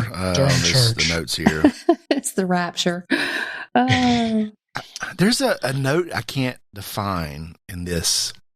It's in the fruit spectrum. It's like that. Where'd my wheel go? Let me look at my notes. Yeah, maybe this will tell me something. Is it a pear? You've already said it's apple. in the tropical. I don't think it's coconut. There's a brighter, I feel like maybe it's apricot or something. I can't figure it out. Or something I haven't had. So it's not a berry. Is it it's not coconut? But hey, Brian, what about like at the very end? I almost get like a pineapple. Maybe it's at the very very end. Last thing you hit before it goes down. It might be peaches, actually, like peach cobbler. Oh, listen. I think that's he's known for his peaches, let me just tell you. And they're like stewed peaches, like when they get all like warm. It's like you eat peach cobbler, but you don't get any of the peach. It's just like the biscuit part, the creamy part. Yeah, it's that creamy part. You know what I mean? Yeah. Like it has the hint of the peach because they were living together. Yeah. But it's the pastry gooey part. That's what I'm tasting. They were living together. They touched. Yeah, you know. Yeah. They spent the night together. They had some hello time. They had some relations there. Yeah. Okay, here's a completely noob comment. Yep. Oh, so man. I just drank a little bit, like just a few drops to go over my tongue, and it kind of it's almost like it just melted over my tongue. Yeah. This stuff's delicious. And yes, it was delicious, and it was a wonderful experience. So I'm just going to tell you, Ryan, if you're a newbie, you've been ruined. Like nothing is going to taste like this. Yeah, you're going to be hunting this bourbon the rest of your life. So I'll just give you the address to my house. Notes. So when you lose your mind, you can come here and have a sip. Because you're going to hunt. You're literally going to hunt for this the rest of your life. This is a lifetime bourbon. You know, and there's only one barrel of it, and I've had 2 bottles. There's I don't know, thank you, 1,000 out thank there. You for sharing. I mean, it's just freaking delicious. Yeah. Thank you. I just wrote down vanilla ice cream on peach cobbler. All right, do y'all want to know what it is? That's what I'm okay. Yeah. You ready for this? This is Cream of Kentucky, 12.3 year. Think about how specific and intentional he was. He didn't just say round down to 12. You said 12.3? 12.3. 12 years and 3 months, single barrel. Freaking I'm not surprised. Jesus water. Yeah, this is water straight from God. So, Biggun, what did I have of you had was it 12 or 13 you had? I just had the regular Cream of Kentucky. You had, but they all have an age. It's 11.5, 13, 12.3. It was 11.5. Okay. Yeah. It's good, but it's not like fun this fact, one. It's not that. Well, the 11.5 is like, to me, the best bourbon I ever had. Yeah. Until this one. Now it's the third best bourbon I ever had. So I just want to say that. Brian has been ruined for the rest of his life. You just wait. Yeah. Ryan's going to be searching for these bourbons like for the next 20 years. Yeah. Get in line. So let me see what I need to tell you about this one. This was a honey hole. The proof is 102. So not a high proof bourbon. Mm-hmm. 12 years and 3 months. I mean, think about that. You know, he's hunting bourbon all over Kentucky or Indiana. I'm pretty sure this is Kentucky, I think. I don't know the mash bill. It's undisclosed. And he finds out of everything he's tasting after 55 years of training his palate. And he says, wait a minute, this is all by itself. We're going to bottle this as it is. And he may have proofed it down just a little bit. They typically come out of the barrel a little hotter than that. But at 12.3 years, it may have been, I think all of his are 102. So he's got to be proofing it down a little bit. So he prefers 102. And you got Chris Morris that prefers 90.4. So they're making some adjustments there with that Kentucky water. So out of the 2 bottles that you've had, were the 2 bottles the same? Absolutely. Or were they different? Yeah. Okay. They all come from the same barrel. Okay. I didn't know if there was a single barrel that was like 12.10 or something like that that you got. Okay. And listen, I hunt these down. I hunt these down like, like like Ray Donovan. I'm hunting these down like Ray Donovan. I'm going to ask you off air which websites you search, but yeah, we're gonna don't go anywhere. Well, see, all of my websites deliver to South Carolina, and if you guys live in North Carolina, it's going to be a whole different set of websites. Well, South Carolina's not very far. You can deliver to my house. I have people. Yeah. I know people in South Carolina. We can. All right, I got family in South Carolina. Okay, all right. We'll kind of move along. I'm getting the wood notes on the finish, that's where I'm getting the. Okay. If there's any oak happening, that's where I'm tasting that it. finish is smooth. Yeah, it's like not there. It's just. All right, am I boring y'all? Am I putting y'all asleep yet? Is everybody asleep? No. We're good? We're good? No. I'm going to be sad. I'm sad already because I've already drank. Amazing. What's a bourbon that you have yet to try that you would love to try? Oh my gosh, that's a hard question. Yep. So everyone's on this Pappy thing, right? Everybody's hunting down Pappy. Sure. Yep. I've had Pappy 15. I've never had Pappy 23. I've had the opportunity to taste it at bars and different tastings, but I didn't choose to purchase it. I'd love to see what all the hype is about. I really would. I mean, why not? I'm not going to pay $3,000 for a bourbon I've never tasted. I'm just not going to do sure. it. Right. But I would have to say the one that I'm more excited to try, if I can get my hand on it, is the William LaRue Weller, the BTAC, the Buffalo Trace Antique Collection. I think that's probably better than Pappy. So it's that one. Is that the one that someone over here had, by the way? I did. So the North Carolina Bourbon Society, I'm not going to give out names, but somebody from that is, when you go to his house to pick up a bottle, he says you can have one lifetime pour, like your bucket list bourbon. Yeah. And I mean, he's got Pappy 23. He's got everything. Like when I say everything, there's a huge library. The whiskey library is in Charlotte. It's not him. There's a huge whiskey library in Charlotte. Okay. No, it's not him. All right. No. It's like part of the Whiskey Thieves on Instagram. It's an unofficial library. This is unofficial. Clearly, I need to be introduced. It's dark web library. Clearly, I need to be introduced. Yeah. Okay. Yeah, and so he's like, you can have a pour. And so I picked the William LaRue Weller at 19. Oh, and that's something. Was it good? So I'm hitting the spot, right? I'm doing the right thing. Yeah, I mean, the only thing that would have made that better is if I had and I'm not a steak guy, but if you had a giant steak there and I had that with it, would just be like perfect. Oh, man. But it's completely different. It's a completely different bourbon than I've ever had before. I've heard that. So, I would eat a ribeye with that last bourbon. Oh, yeah. Hell yes. Yep, absolutely. Can I say that on? Yeah, it's fine. You just did it. Absolutely. That would be a yes. I forgot. I'm not here to get fined. I was going to say, we've got a recording of me saying, hell yeah, brother. We can, yeah. Hell yeah, brother. Heck there yeah. It is. We talked about just turning into a bourbon podcast. If we can make that happen, they'll send us BTAC to taste, I feel like, from I feel like you might have to take your shirt off for that, though. I'm just saying. You might have to remove your shirt. We'll do it. BTAC, I'll do a whole lot of stuff. I'll stick to this chair for the BTAC. I'm just saying. Listen, I'm part of the neighborhood Bourbon Society turned into a guy in my neighborhood going, listen, you need to be a part of this other little group I'm in called Drammers Club. And it's invite only. So, no jerks allowed, invite only. So I joined and we're doing they get together and they do barrel picks and they have master distillers come on and we do Zoom calls and do tasting. So we're actually having one here Tuesday. It's Barton Distillery. So it's all the 1792, including the 225th anniversary. So I've got about 10 drammers in Charlotte coming here for that on Tuesday night. I like 1792. I really do. Oh, I love it. I absolutely. Yeah. Oh, and Bardstown, bottles that. I don't know if they distill it, but they bottle it.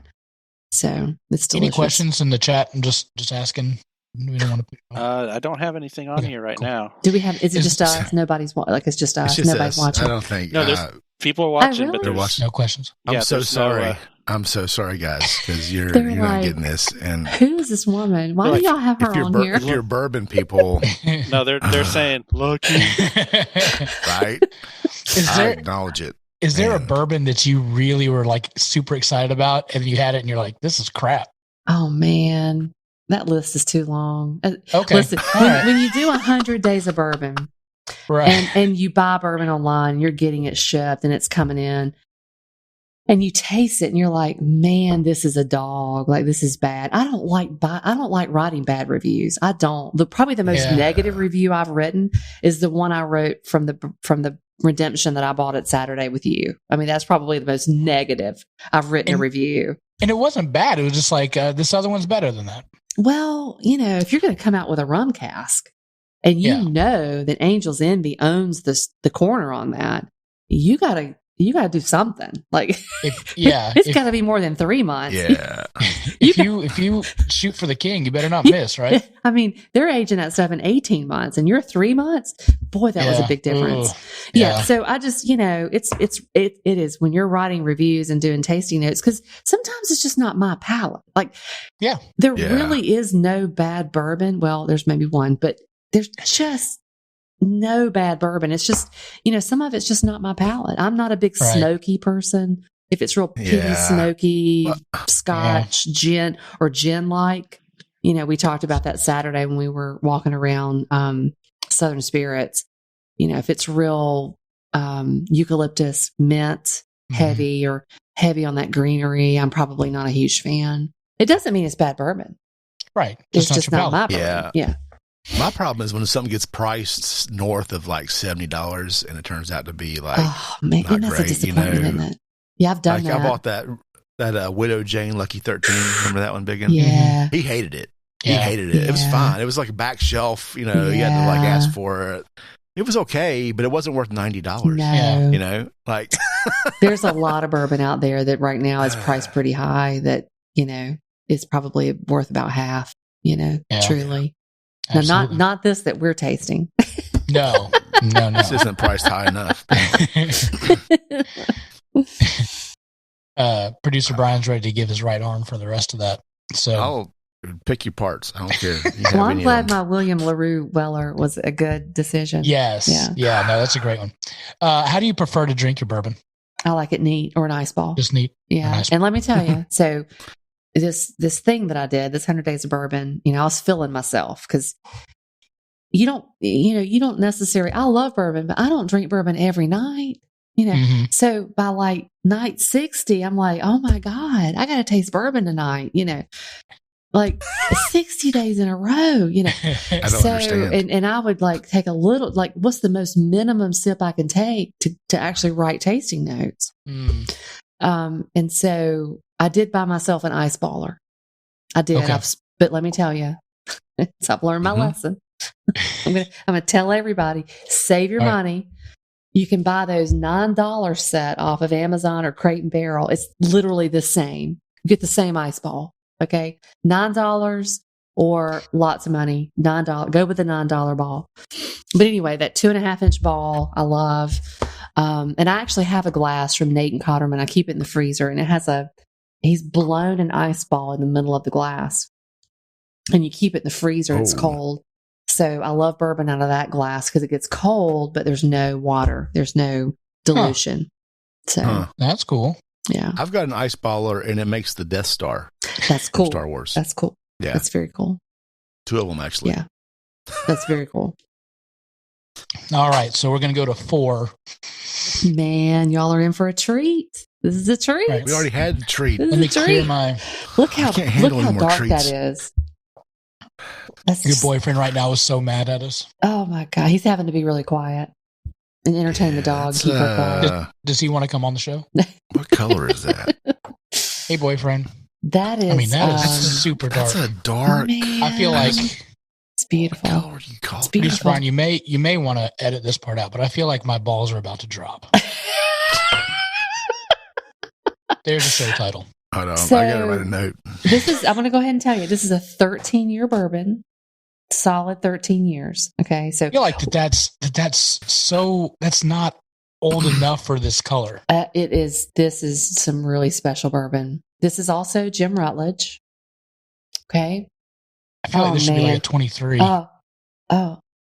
No, so oh my gosh. One of my favorite candies is Good and Plenty. I love Good and Plenty. Okay, I do. And so some bourbon, there's an ethanol or there's something in there that tastes like licorice or Good and Plenty to me. And I do love it. I love it when it smells like Good and Plenty. Whoa, wait a minute. I just got a completely different note the second time You're good at this, Brian. You're good at these. He's really good. It pisses me off. So my first thought was, and I think it was wrong, was caramel apple cider. Yeah. But then you said candy, and that messed with my brain. Yeah. Good. And now I'm getting like that super sweet, like cotton candy. It's not cotton candy. No. It's not cotton candy. It's like a concentrated version of that I can't. Like a Jolly Rancher. Like a Jolly Rancher. It's not even Jolly. It's just too intense for that. It's like a Equal. Splenda. What's it? Sugar it's like a circus peanut. It's a circus peanut. It smells like a circus peanut. Circus peanut. Oh, that's bananas. But it's orange. Is that what I'm getting? It's orange. It's like an orange. Yeah. It's like. I just have licorice. I smell licorice. It's like it's a stronger version of a circus peanut. I don't get licorice, I don't think, but not real licorice. The Good and Plenty kind. No. It's like sugar coated. Have I had the purple? They're kind of purple and white. Come in a box. I know what they are. Yeah, I'm getting so many different notes, and the nose is all over the place on that. It's all good. It's like the concession stand at the movie theater. You just wait, man. This is beautiful. All right. So good. Magic Man, do you get anything out of it besides NutraSweet? Like, I don't know what it is. Oh. I just lack the experience, the training. Well, come over and I'm going to come back to some of the apple. This one's hard. This one's hard. I think. I mean, for me, you hit the nail on the head with the apple cider and the caramel and the vanilla. Remember they don't make it that way anymore, but Starbucks had a caramel apple cider about 15 years ago. That was that's what this smells like to me. Oh man! It had the whipped cream on top, like the whole drink. Yes. Okay. Little cinnamon. Yeah, I can get the cinnamon. Cinnamon, caramel, apple, vanilla, baking spices, whipped cream. Yeah. Oh man, it's Thanksgiving in a glass. That's what it is. It's like Thanksgiving dessert. Gravy. Turkey gravy, yeah, sure. Throw that in there too. Why not? I don't know. Of all the ones that we've had so far, I like this one the best. The taste or the smell? The taste. Okay. All right. I mean, this could be a Yankee Candle flavor. Just, I'm just saying. I could make deodorant. Oh, Magic Man, make your wife make soap with this smell. I wonder if there's a way to do that. Buy impossible to find bourbon and then turn it into candles. That's what you do. Okay, shameless plug. Jim Rutledge just basically unfriended me on Instagram. Can you even do that? Oh, great. He literally just stopped unfollow block when you said that. I felt it. My wife is in the soap and body butter and stuff. She's starting a little side business on that, and I know this would be cool. I need some of that. I need to tell her that. Yeah. Well, it's we'll buy it. My skin's dry. We'll buy a Pappy 23 and turn it into a soap. I love it. We buy all that Duke Cannon stuff. All of it. It's Buffalo Trace and bourbon flavored and campfire, all that good stuff. All right, I'm ready to taste. All right, here we go. Let it rip, tater chip. It's good. I'm telling you. Does anybody know what it is? Anybody want to take a guess? It's good. Hold on 1 second, guys. I gotta solve a problem. So Jim Rutledge has retired from Four Roses, right? And I mean, he brought it back. He brought Four Roses back from the dead. It was bottom shelf. He created the single barrel and the small batch select. There's just to hear him tell that story about how they just kept tasting that distillate to make sure they were getting it right. It's just fascinating to me. But that's the person I want to sit down with and drink bourbon with is Jim Rutledge. I guess I'm gonna have to hunt him down in Kentucky. I don't know. If I get tobacco from this one, How about almost like a leather. brown sugar? You get brown sugar, or maybe some apricot. Kind of that. See, that's on the opposite side of the thing. Not really citrus, but kind of that creamy fruit. Oh. Yeah, I can get that as well. There's some floral stuff happening here. There's not many choices on floral, so. Well, let me see. Potpourri or rose? I'm not going to call it rose, but whatever's in between. I get that for sure. Is there a nuttiness here at all? There's definitely a nuttiness. It's what is it? It's almost Have you like listened to our show before? It's the nuttiness from burnt, like when you brown butter. You know how brown butter is nutty? Yeah. Yep. In the pan, and you get it like too brown, like where you don't want to put your eggs in it. You know, that is the taste. Mm-hmm. Okay. Because it's still a little creamy. It's almost like a praline kind of vibe. There you go. But do you like it? Yeah. No, I do. I think it's 113 proof. Okay. Is it heresy to add some water to it? No.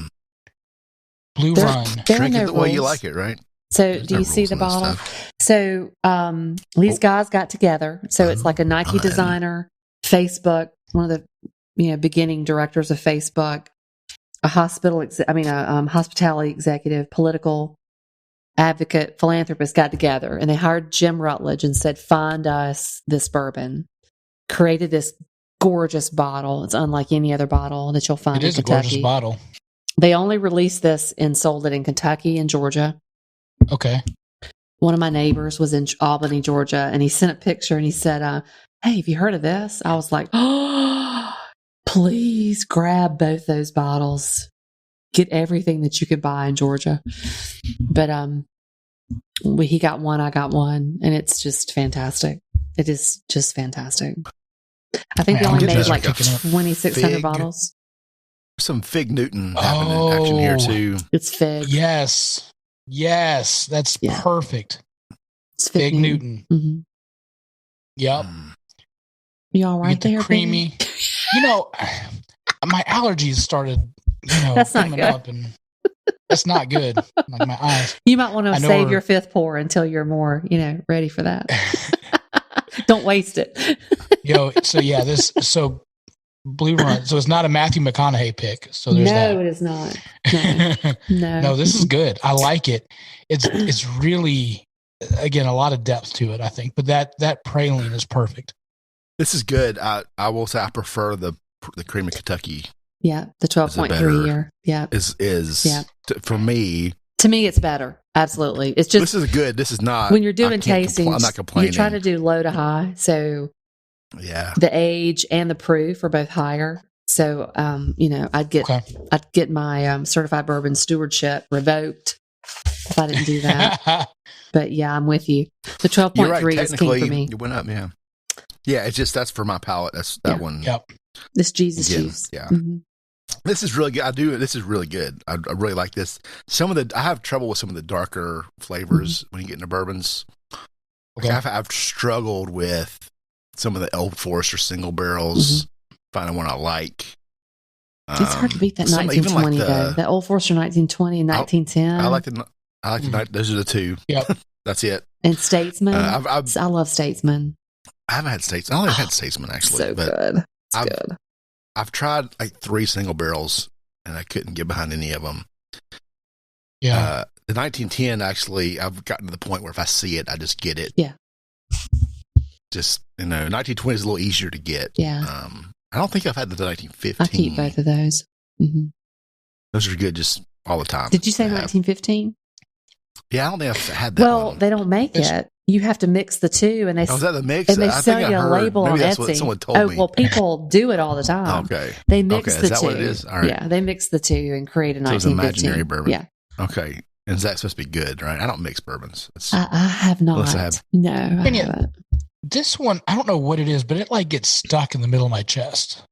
Like, that's not normal, right? Like, it just feels like it's kind of like, it just sits there. And like I have to drink some water to kind of get it to go down. That one's weird. It's just not your bourbon. Yeah. You know? I like it. There's some it's very unique. Yeah.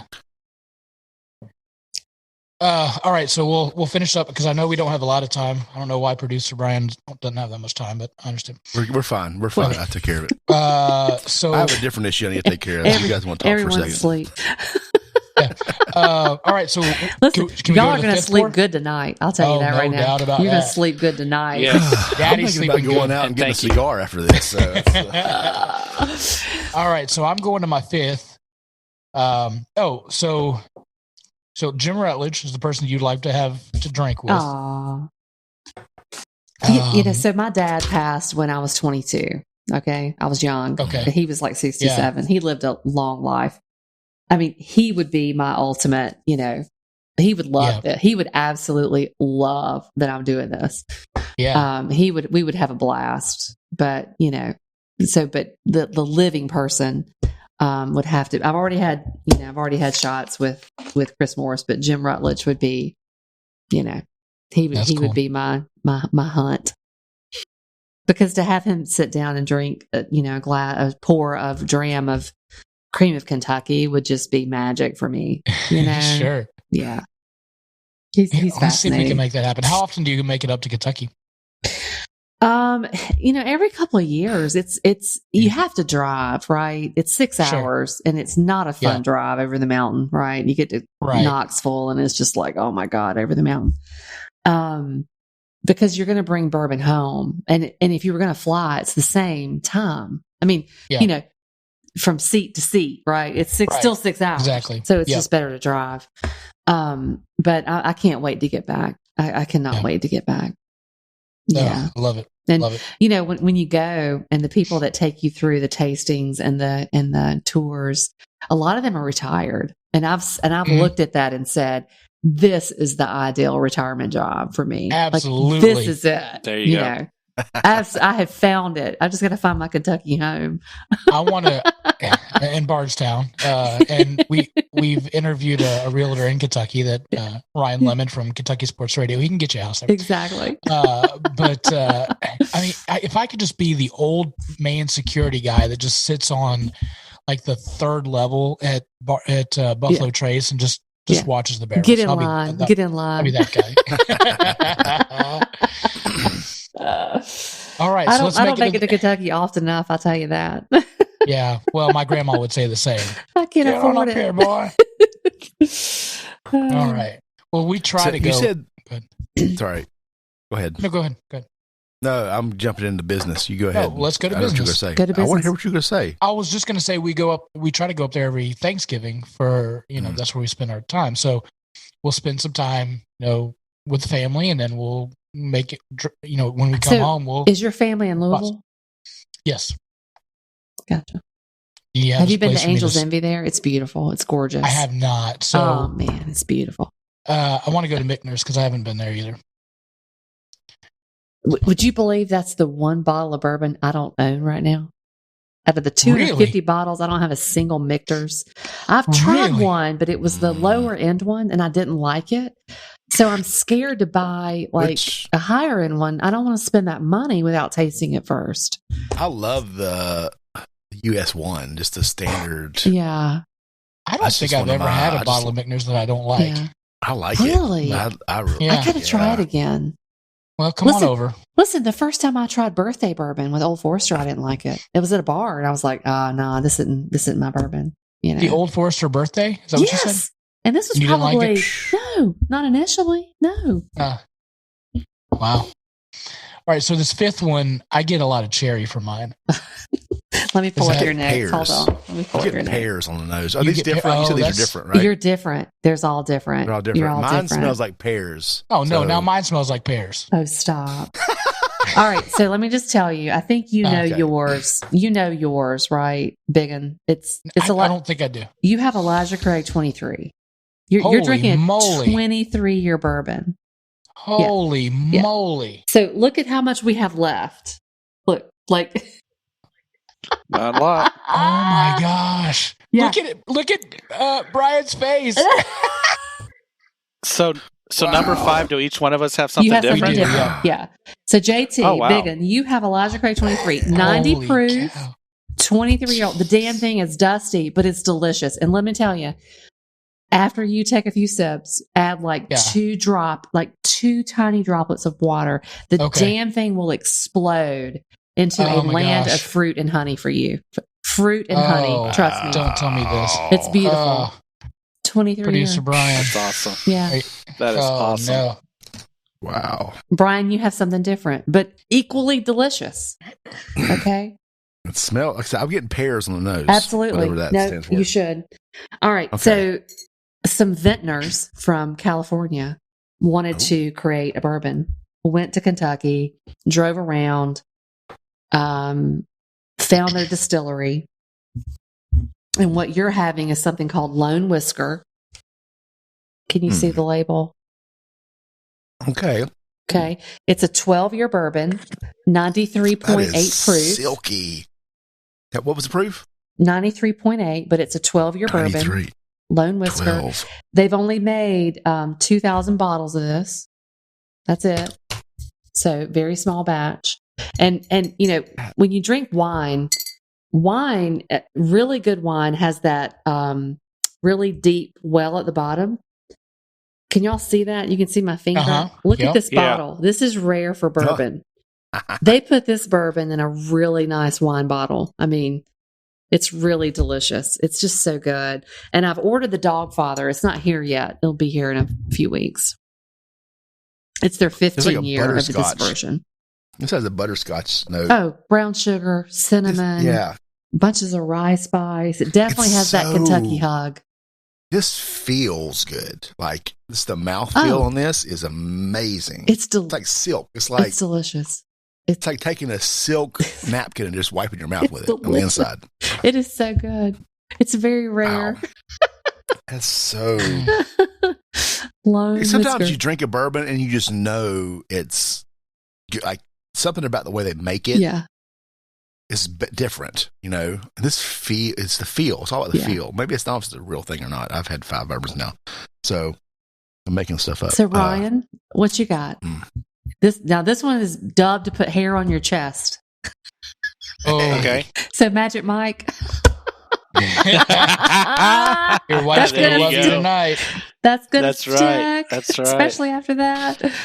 You know, I feel bad because I know this is going to be something excellent, and I just don't have the knowledge or experience of bourbon tasting to do it justice. Trust me, lower your expectations. I knew you were new, so I didn't give you one of these.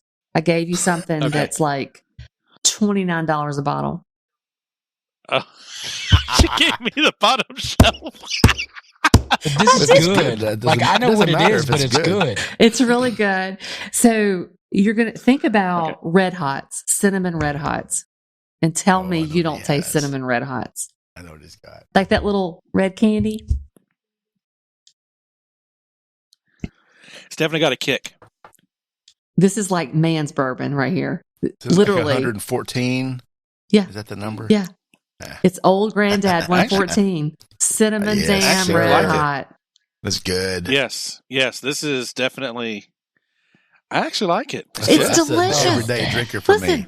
Now, should I try the water thing with it, or yes? Let me tell you. Listen, how many drops should I do? Just a handful, just like 2 or 3.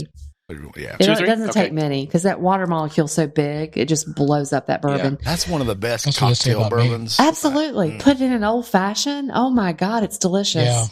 Yeah. Mm-hmm. Oh man, I just put the water in this one, and it's completely different. Yeah, you're right. This one needs nothing. I know. Oh my Lord. This is what's cool is I'm like the newest member of this podcast, and I was like. It's cool because it was like, okay, I get to be a part of a podcast with some cool guys that, you know, and little did I know I would be able to have an experience like this. So this is that just warms my heart. This is what it's about. I love sharing bourbon with people and get to know you and have a discussion, tell some stories. I mean, this is what it's about. This right here. This is amazing. Oh my God. So Biggun, we need to do a DB. See, I can't even say it now. Letters. You're so drunk. Words. DCBC. Yep. And have Tanya with us. Absolutely. Oh. So we do a downtown cigar and bourbon club. Yeah. So you'll have to come up. I've seen that in Charlotte. Right there near the it's in stadium. Concord. It's in my house. Like your club. I gotcha. Yeah, come on up. Like we'll do it on a Friday. You spend the night. We'll have I'll have to producer spend the Brian. night. If I'm coming to drink Brian, bourbon and smoke cigars, I got to spend the night. One time, okay. Producer Brian will be on the patio, like on the front time porch. I slept on the porch. Once. Okay. We'll tell you that story when you get here. So that was a I'll bring some good bourbon with me. It's a good cigar. Gosh. Oh, this is not. Don't bring the 23, but I will cut off my privates for this. Oh, so, my Lord. So my contest, this was my contest pour. I had to do a flight and present a flight. And Steve Nally was a judge. I mean, he's also a 40 plus year master distiller, Hall of Famer, just like Jim and Chris Morris. And so I did a life flight, like, kind of stages of life. When you start out, it's Maker's Mark, and then you move to, something a little better, a single barrel, 4 roses. And then I finished with Elijah Craig 23. And I said, this is the last bourbon I have before I die. I'm happy. I mean, it's older than my favorite pair of shoes. It's just, I mean, it's a little dusty, little library, little oak, little lemon, but it's just so good. It's just good. I will say I've got socks that are about this old, so there's that. I have other clothing that's this old too, so we won't talk about the unmentionables. I feel so bad, Producer Ryan, that you're not having. Yeah, this, it's all right. Mine was good. Oh my gosh. Oh, darling, I'll send you a bottle. I'll send you a sample of this. Well, and here's the thing: like you can come to the house, Brian. You can come to the house and get whatever you want. We'll talk about that in a little bit. So I mentioned I have some friends that's going to bring the Pappy 15, and part of me, Producer Brian, I'll be honest with you, like I was like, if I can forego, like 1 ounce of my 2 ounce pour to you, like I would do that. Absolutely. Like it breaks my heart because it's like one of those bottles that like you need to share. And I feel like they're being nice and sharing with me, but I'm like, but my friend here would love this. Who wouldn't love it? Yeah. Yeah. So, but I know you appreciate it. I understand it. I get I've had Pappy 15. It's pretty hot. Well, and this one is the one out of Buffalo Trace, so I'm from Pappy Land. So I'm really excited about that's that. awesome. So, yeah. So shout out to you. The Whiskey Priest will be here. He'll be on episode April 16th, so he'll be on the show. So that'll be our guest that week. Wait a minute. Whiskey Priest. I'm also I'm a minister as well. Oh, okay. But are you? Well, you're the bourbon the bourbon priestess. Let me tell you. No, one of my friends wanted to get married. She's like, I want you to marry us. I'm like, what? So I got my license to marry them in certain states, I knew her and her really close friends, but there was 70 people at a wedding. Well, because I was the minister, nobody would talk to me after the wedding. And I'm like, y'all don't understand. I drink bourbon. Like nobody wants to talk to me. Oh my goodness. It was fun though. Yeah. I was a youth pastor and I would go golfing like during the weekdays. And then, I'd just pick up on a foursome and then they would say, well, what do you do? And I'd be, I'm a youth pastor. And then they would just stop cussing. And I'm like, why did I just stop cussing? Like, I was so upset. It's like nobody wanted to talk to me, and I'm there wanting to talk to everybody. You know? I'm the one that brought the bourbon. Yeah, you're the fun one. Nobody wants to talk to me. Wow, honestly, this has been a treat. I'm so glad y'all enjoyed it. Honestly, like this is gonna be one of those things like I'll remember for the rest of my life. Like having this lineup and having you walk us through this will be fantastic. Something like I'll never forget. And so, those kind words that you said, Ryan, has been awesome. So I appreciate that. Y'all have been great. This has been so much fun. This has been just a blast. Good. Getting it together and, I'm really looking forward to our future. Like, cause this isn't going to be the end. Like we're going to Kentucky together. You're coming over to the house. Like, We're family now. So there's that. All right. How many chicken sandwiches do I need to eat? Absolutely. As many as you want or as little as you want. That's fine. My wife made some pimento cheese grits, though, that I think that you would just love. Listen, my God. You just mixed two of my favorite foods. Oh, my God. I'm going to have that recipe. Come on. We actually have a question from somebody on the live stream. Okay. Chris Abney is asking if you've had, Tanya, if you've had any sherry boy, I've had too much. If you've had any sherry finished bourbon, and if so, did you like it, and what was it? Yes, I have. Oh my gosh! So I trained heavily in some sherry finished bourbon, both Belmead, which is delicious. It's out of Nashville. It is really good, and I'm good friends with Becky Yanya, and she was also in this contest with me. But she carries people through tastings at Belmead in Nashville. They have a sherry finish that's great, and so does Bardstown. It is fantastic. They also have a sherry finished. And there's another one. It's Joseph Magnus that's really good. So yeah, I love sherry finished bourbon. And that's actually, I trained on that so heavily. And the blind pour that I missed, on the contest that I was in was a Goodwood Ale, and I thought it was a sherry finish. And so it made me lose my points and not be in the finals for that. But I love sherry finished bourbon. It's really good. Very cool. Awesome. Any other questions? Those are my favorites. That's the only one so far. Oh, all right. That's great. I've always shied away from finished stuff. I don't know why. God, I love them. Have you had Angel's Envy Rye? That's finished. I don't know that it's fantastic. Oh, I don't think I've had Angel's Envy. I've had a lot of stuff. Thank you, Biggun, but not. Listen, I could do a whole finished lineup. Yeah. I could do a whole finished lineup. Bardstown's doing some of the best I've had. We don't have a guest next week, so we can make that work. They work with Copper and Kings, all right, and do a lot. And a lot of the wineries are now getting involved, and they do a lot of partnerships with the Prisoner Wine Company. And I mean, there's some just amazing port wine barrels, Chardonnay. I've had cognac finish, a lot of High West double rye cognac. Fantastic. Just really a huge fan. Chris just asked another question. If you like sherry finished scotch. I don't. I'm not a Scotch fan. The peat and the smoke is just not my flavor profile. No. Mm-hmm. Yeah, I've been thinking about going. I was a Scotch drinker a long time ago, 15 years ago, and then I hit bourbon, and I've been Scotch curious again, but I haven't. Yeah, I don't ever walk down that part of the ABC store. Yeah, I live in the bourbon area, and I go, oh, okay, and I end up at one of those. And then like this weekend, I need to, St. Patrick's Day was yesterday, so I got a Irish whiskey just because I don't think I've ever had Irish whiskey. Oh man, and it was good. A completely different experience. It was amazing. It was good. It was a Teeling small batch. It was it's rum finished. Yeah, it's like dessert whiskey. It was really good. Yeah. It's really good with Oreos. Just want to throw that out there. I have the Glenmorangie Tella cake. It's literally like eating a cake. It's delicious. It's really good. Like Irish, for just the one bottle, it's like dessert whiskey. So you have all these other bourbons, then you need dessert. So you get it. I have two Irish whiskeys. I have Jameson, which I love as like shots, like mix it with stuff, butterscotch and all kind of shots. I love picklebacks. I love pickle juice. Magic Mike. I love pickle juice, so a pickleback is really good.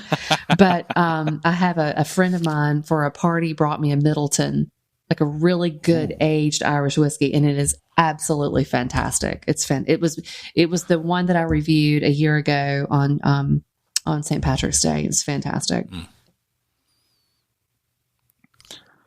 We actually have one more question again from Chris. Of course. It says, Tanya, it says, your opinion. Is there a better under 25 bottle than Wild Turkey 101? He says no. It's amazing, and it's Julian Pappy approved. Listen, it is hard to beat Wild Turkey 101. Right. I'm not even kidding you. It is delicious. It's great. It makes my cheeks turn really red. Like it does have that red, like I don't know what is in it that makes me turn red. But I mean, it's a good pour. I'm not even kidding. I reviewed it. It was one of my days, and I love it. It was one of my 100 days because you have to include Wild Turkey 101. Yes. You cannot drink bourbon without trying it. I love it. And it is really good. It is hard to beat. For the money, yeah, it's really hard to beat. I rotate that in Old Granddad 114 as a daily Absolutely. Every day kind of drink. So. No, absolutely. And if I'm going to mix an old fashioned, which is my favorite cocktail, I mean, Wild Turkey's easy. It's easy, easy money. That and Maker's Mark and, Woodford and yeah. It's just been great spending the evening with you guys. Thank you. Thank you for bringing me on. Listen, I'm so happy right now. Like I kind of want to cry. It's probably the fifth shot. Oh, absolutely. I'm just sitting here It's the fifth pour. I'm not going to finish that Wendy's chicken sandwich just because that was so good. I don't want it to ruin my palate. All right, Anyway, where can people get a hold of you and follow your 100 Days of Instagram and just follow you and get to know more about you? That's awesome. So on Instagram, I'm Thompson Tanya, at Thompson Tanya. And I just started on March 11th. I started the next 100 Days of Bourbon for year number 2. I can't believe I'm doing this. Oh my gosh. Wow. Yeah. Well, I'm on day 8. And so today is day 8. This is dinner day 8. So I'll put this online for y'all. This is day 1, 2, 3, 4, and 5. So there's that. This is day 8. Oh gosh. I just keep looking at these 5 empty glasses over here, and this makes me so happy. This is a great Thursday. Absolutely. Well, thank you guys for having me. Yeah, absolutely. Thank you for coming on. And I just follow you. Awesome. Thanks. Yes. If you need to block him, I understand. There's that. Just keep your shirt on. I'm not a stalker or a creeper. Just keep your yeah. For your benefit, yes, I will. Oh. I'll keep mine on if you keep yours on. Yeah. This is the Gabriel Iglesias, DJ guy. So yeah, that's awesome. Not Channing Tatum. Or wait a minute. Listen, we got to stop soon enough for me to get a chicken sandwich from somewhere. Absolutely. Do you remember that skit with Chris Farley and Patrick Swayze when he was in Chippendale? Absolutely. Chippendales. I watch it all the time. Absolutely. It's hilarious. Love it. All right, guys, we are going to tune out for the rest of the night because Daddy needs to go sleep, and I've had way too much to drink. So next week we have Popeyes versus KFC. We do not have a guest, so we will probably just enjoy more bourbon and have a good time. See if we can get that B-Tax supply. We appreciate Tanya for coming on. Yes. Again, follow her on Instagram. We'll have all that information on our show notes. Anything else you guys want to add? Nope. Thanks Hey, it's been a great night with y'all. Thank you so much. Have a good one. Thank you so much. Cheers. Cheers, indeed. I don't have anything left. Well, and as always, guys, keep looking up.